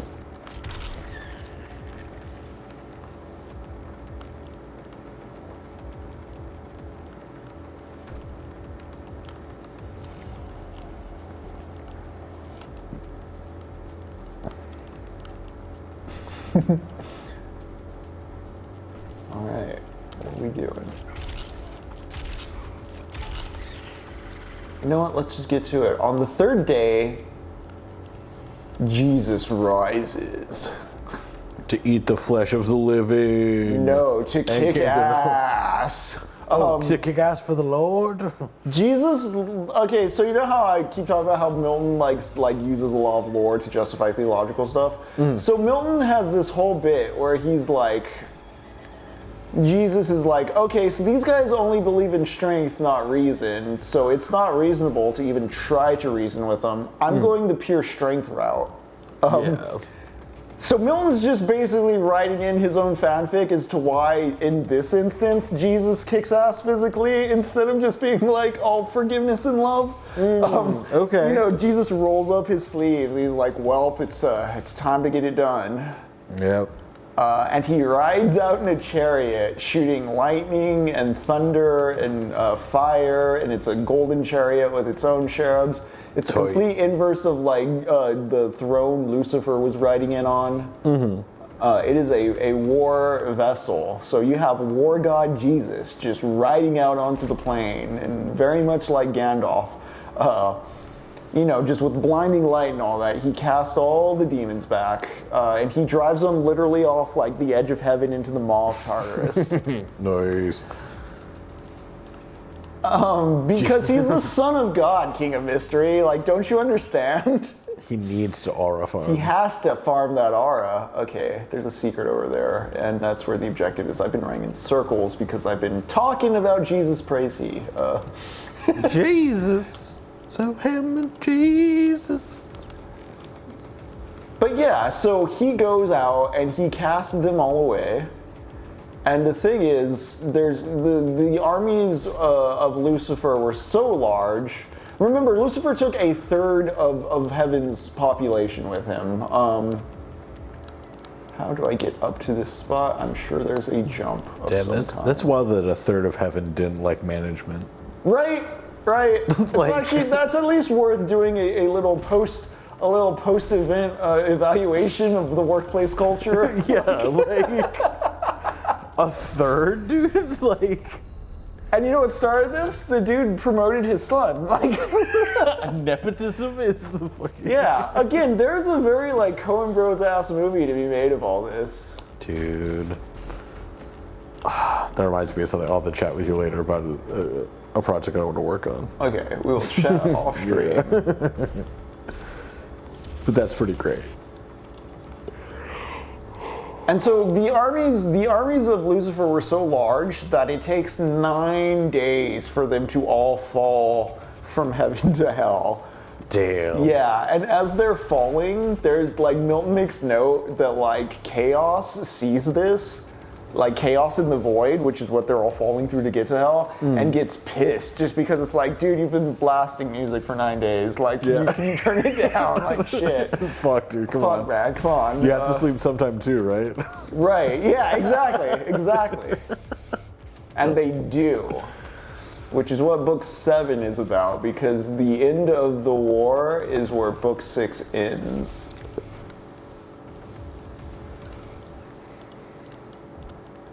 But just corpses for 7 days.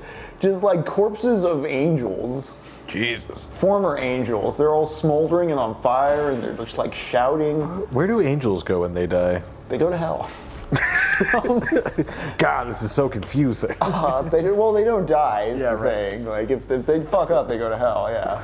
That's hard. So they joined the enemy team? Damn. There's more to it than that. For sure, But I know.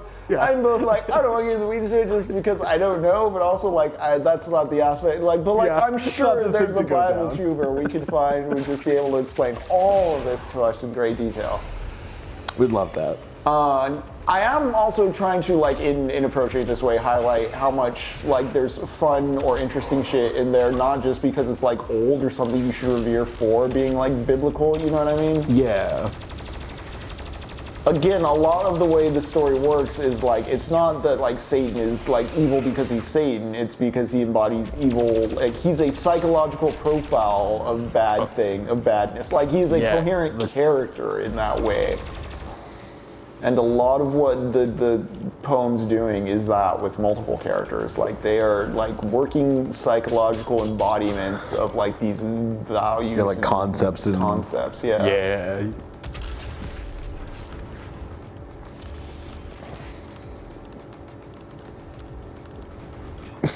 Bible tuber's gonna be like, hell really is that OP.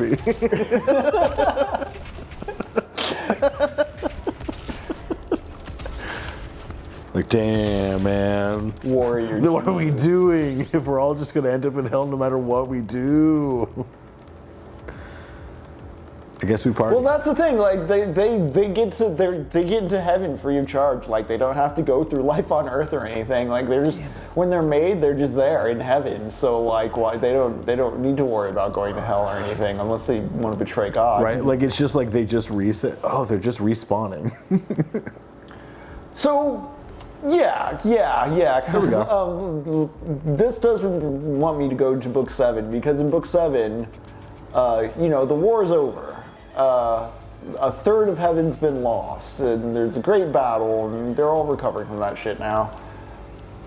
Where do I go? This is so. Where's the diamond?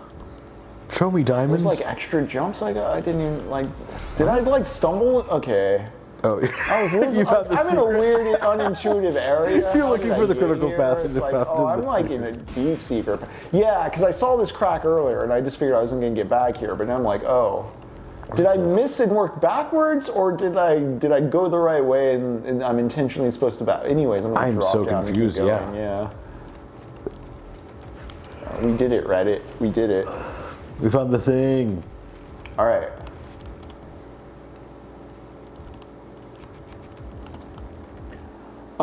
So in order to replace that 1/3 of heaven, God is like, I'll make a new creation. And so he's gonna make man. And like in order to make man, he has to make the heavens and the earth and all that stuff.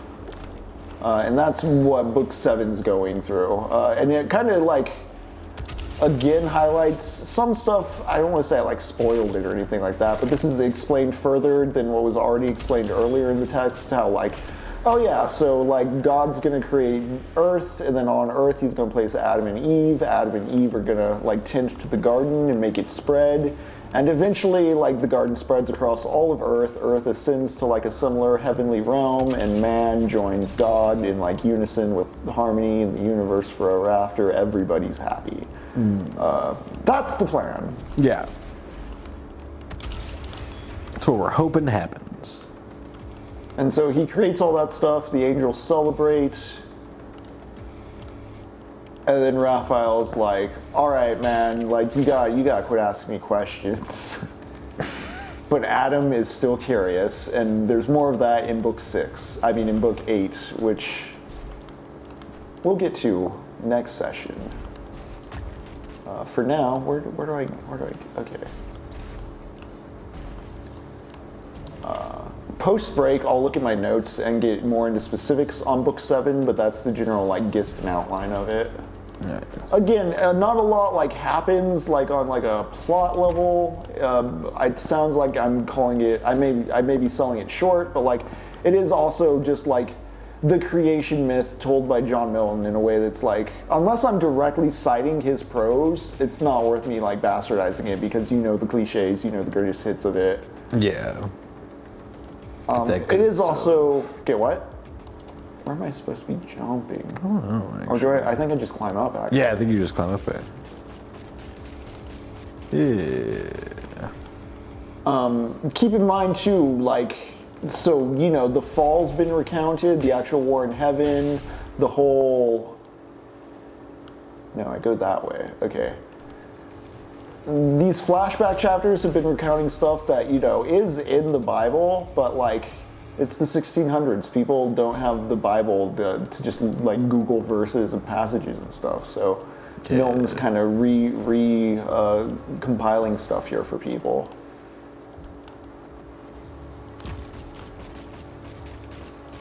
Making the poem a self-contained epic, not just like fan fiction, because like, oh, okay.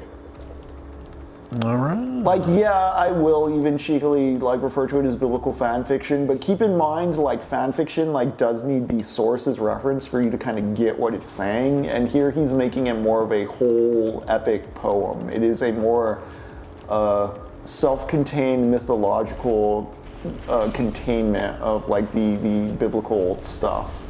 Yeah. I'm trying to think of like a movie that has to give you like a crash course in like slavery or World War II.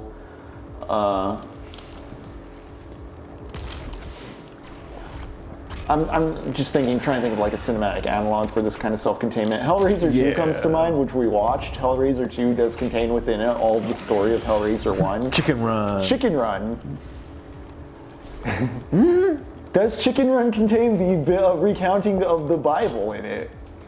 So that you can just watch Chicken Run if you need like a quick two-hour refresher, but you can't sit down and read the Bible for 8 hours. Yeah. Like, fuck, hold on. Also, what's up, Colton? Oh, yeah. Damn, nice. Oh shit, okay. That's a big boy. He ain't none too happy you're here. I have no BFG ammo. Oh shit. Oh, jeez. There we go.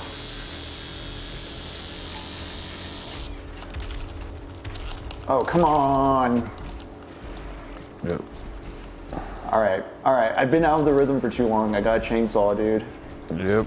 Got a chainsaw, dude. Got to set some people on fire. Got to throw a grenade into a crowd. You know what's depressing, Jacob? I was watching Hassan talking about that recent shooting that happened today. Oh, there was another one today? He pointed out. Oh, yeah. Did it happen today or yesterday? It might have been yesterday. I was like, was there another one?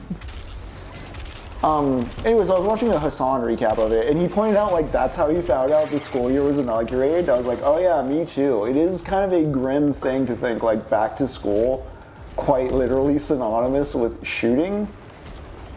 Yeah. Like, I don't know, maybe there should be some sort of other pop culture phenomenon that reminds me the school year has returned and not horrific violence. Yeah, true. It's like, great. Already we're kicking it off. Playing this bad. Where are we going from here? Oh, you know what? BFG, baby! Cool. And I got a weapon point. Alright. Alright, we're back at the casino. Got chips to spend. Yeah, there you go. Oh. Yeah, good girl, Barney.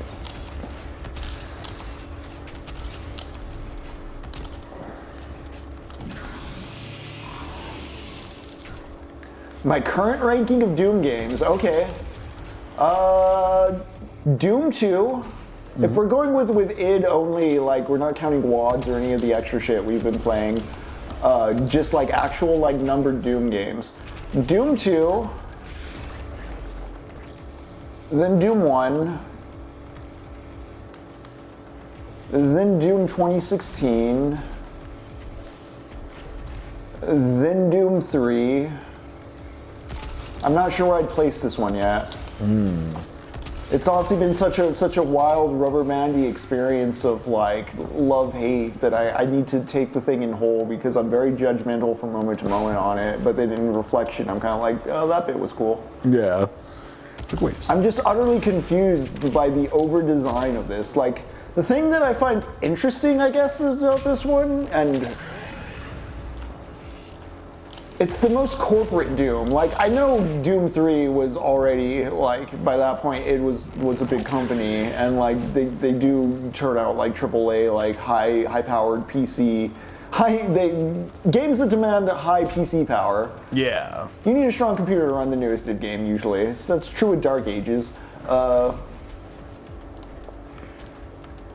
But like for how much it's always been kind of that since Doom 3, this one feels the most corporate meddled with in a way I don't like. Like I feel like Doom 2016, yeah, like okay, corporate nostalgia cash-in. It was still very fun to me. This one, again, the bop-it loops of the gameplay just feel a degree too tedious.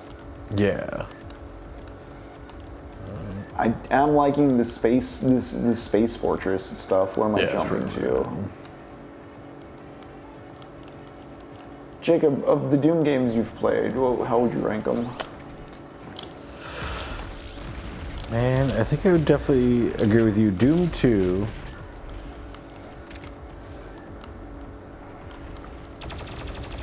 Would it be just like Doom 2, Doom 1 in this? Yeah, Doom 2. Doom 2 in this? I would say Doom 1? 2, Doom 3. Okay.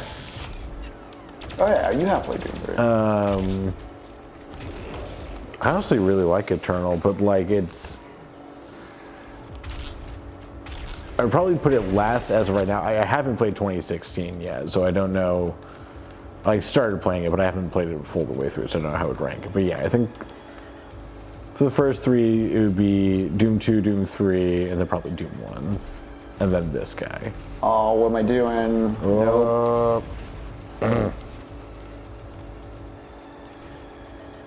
Going here's what I'm doing. Yeah.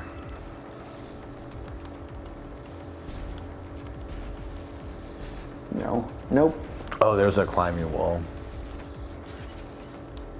Oh, okay, okay. Yeah.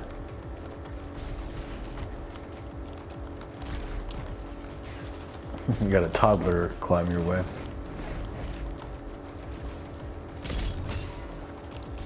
Got a sausage fingies your way through.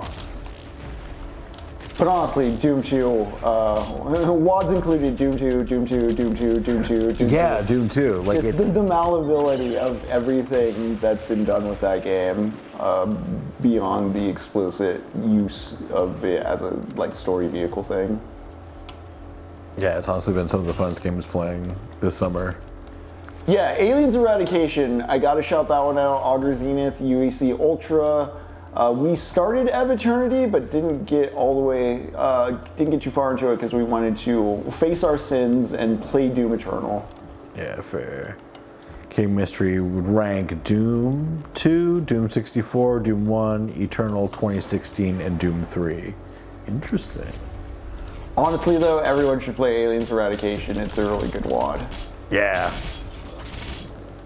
I liked the Resident Evil Hunk one too, and it was really cool of Demero to show up for it. Yeah, that was really cool. I wanted it to be longer, but I know it's hard to do a big huge project and stuff. You have to build all that. Like, Yeah, right, man. Like we've made movies and even miracle what we get for free. Yeah. It's very cool too that you can do like a single person project on that. Oh, I too. was surprised I made that. I think that Yeah, that wasn't was- the intended path. Yeah, that was wild. Heat my saw. You too. Okay, I'm pretty good on armor. I don't like this gun. Wow. Nice. Cool. Oh, ow. Sir, please stop. Oh, damn it. Oh, Okay. nice.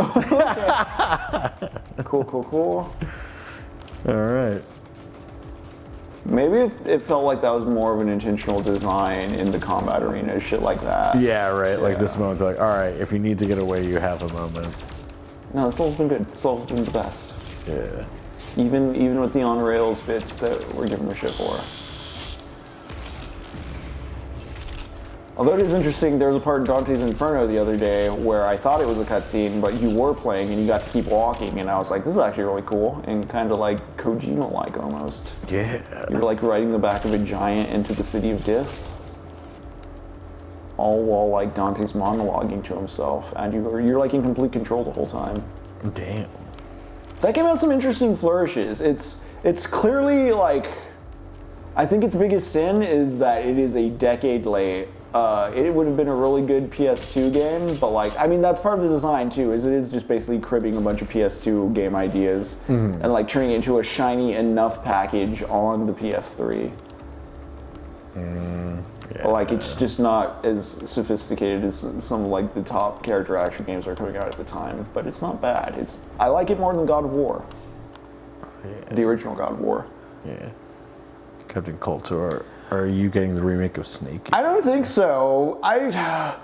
Captain Coulter, I was even kind of like lining up a Metal Gear Solid rerun of like all the games. I have the PS3 version of Snake Eater. I have all of them on the PS3 basically, the first four. I was considering doing it that way. I would be, I don't know, I'm not curious about Delta. There's nothing about it that I've seen where I'm like, okay, that's got me curious to actually like pick it up and give it a run. Also, I don't know. It's also just like, Kojima. It's not a Kojima game. It's just a remake by some other people. Yeah. I didn't like the original screenshots without the color filter stuff, but from what I understand, they worked that back in. I don't know. It feels even further removed from what I'm talking about with Doom Eternal being made designed by a committee. Mm-hmm. Yeah, $80 is hard to justify for a remake. $80 for anything is hard to justify. Especially because, why would I pay $80 for a remake of a Kojima game when I can pay $80 right now for the newest Hideo Kojima game? Yeah. God, that's wild, though. I hate how expensive some people are trying to make video games. That too. I already have enough Steam games and ideas for the Technopoverty log as we map our way out of hell that I don't think we need. I don't even think if I wanted to play Delta, priority-wise, where would I fit it? Yeah, right.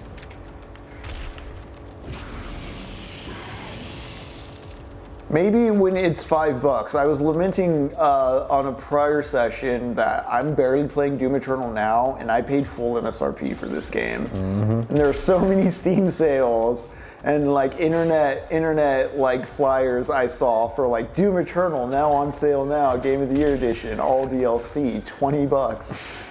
Oh yeah, that's right. Super everything. Hey, that edition. game I paid full MSRP for and then just left on my shelf for literally years. Wonderful. You gotta love it,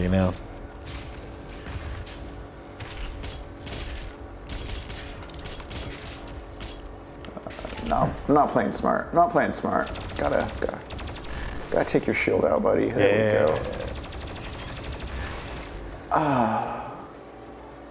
Those floor tentacles are there just to be annoying. That's something else I feel like this game is too punishment minded. It's not power trip rewardy enough for wanting to be a power trip rewardy type game. In Dante's Inferno, at the bare minimum, as you're beating dudes up and slaying them, they're at least dropping health refills. You're not getting you're not maximizing your redemption point cash in to fill those meters. Yeah. But you're still at least breaking even. Mm-hmm. Whereas I feel if you're still putting in if you're still just doing at least killing all the guys in Doom Eternal, you can still end up in a spot where you're just broke. Oh yeah, easy.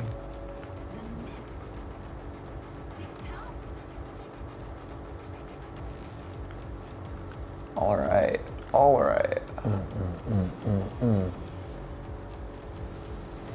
Oh. Missile time.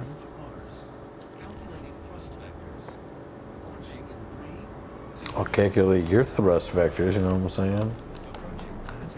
No, nothing. Again, just... It looks cool. It looks great. Especially in 4K? I think if there was actual low gravity jumping between orbiting meteorites and stuff, it would have sold the levels more in space. But I mean, that's a real cinema Cincy thing, I think, on my end. Mm-hmm. But wouldn't a game rather want constructive criticism than false flattery? Again, that's a huge thing. That was a huge part of Milton's deal. Is this a new level? For all intents and purposes, let's consider this a new level and take a break, because Jacob, it is 9:35. Oh, nice. All right. Ladies and gentlemen, once again, we are Technopoverty, playing our way through Doom Eternal, talking through books 6 and 7 of John Milton's Paradise Lost. We pretty much did that part. I'm going to go through my notes on 7 when we return, and then we'll keep playing Doom Eternal for a little bit. But thank you for joining us. Hope your Thursday is going well. And just a heads up, because we don't do a lot of Station ID stuff all the time, we are watching a movie this Sunday, the 2007, it's either 2007 or 2009, Dante's Inferno. It is a paper puppet cutout animation take on Dante's Inferno. It's a bit... From what I peeked of it, it's maybe a bit more humorous. We watched Mad God last Sunday, and that was definitely, lots of bodies getting smashed, lots of apathy, lots of depression. Mm-hmm. It seems like Dante's Inferno will be a bit more lighthearted, so we're going to go ahead and watch that this weekend. Yeah, Captain Coulter. We can talk more about Mad God when we get back from break, but it is 9:36. We'll be back sometime between 45 and 50. We're going to take about a 15-minute break here. Y'all take care. We will see you in a moment. Smoke 'em if you got 'em.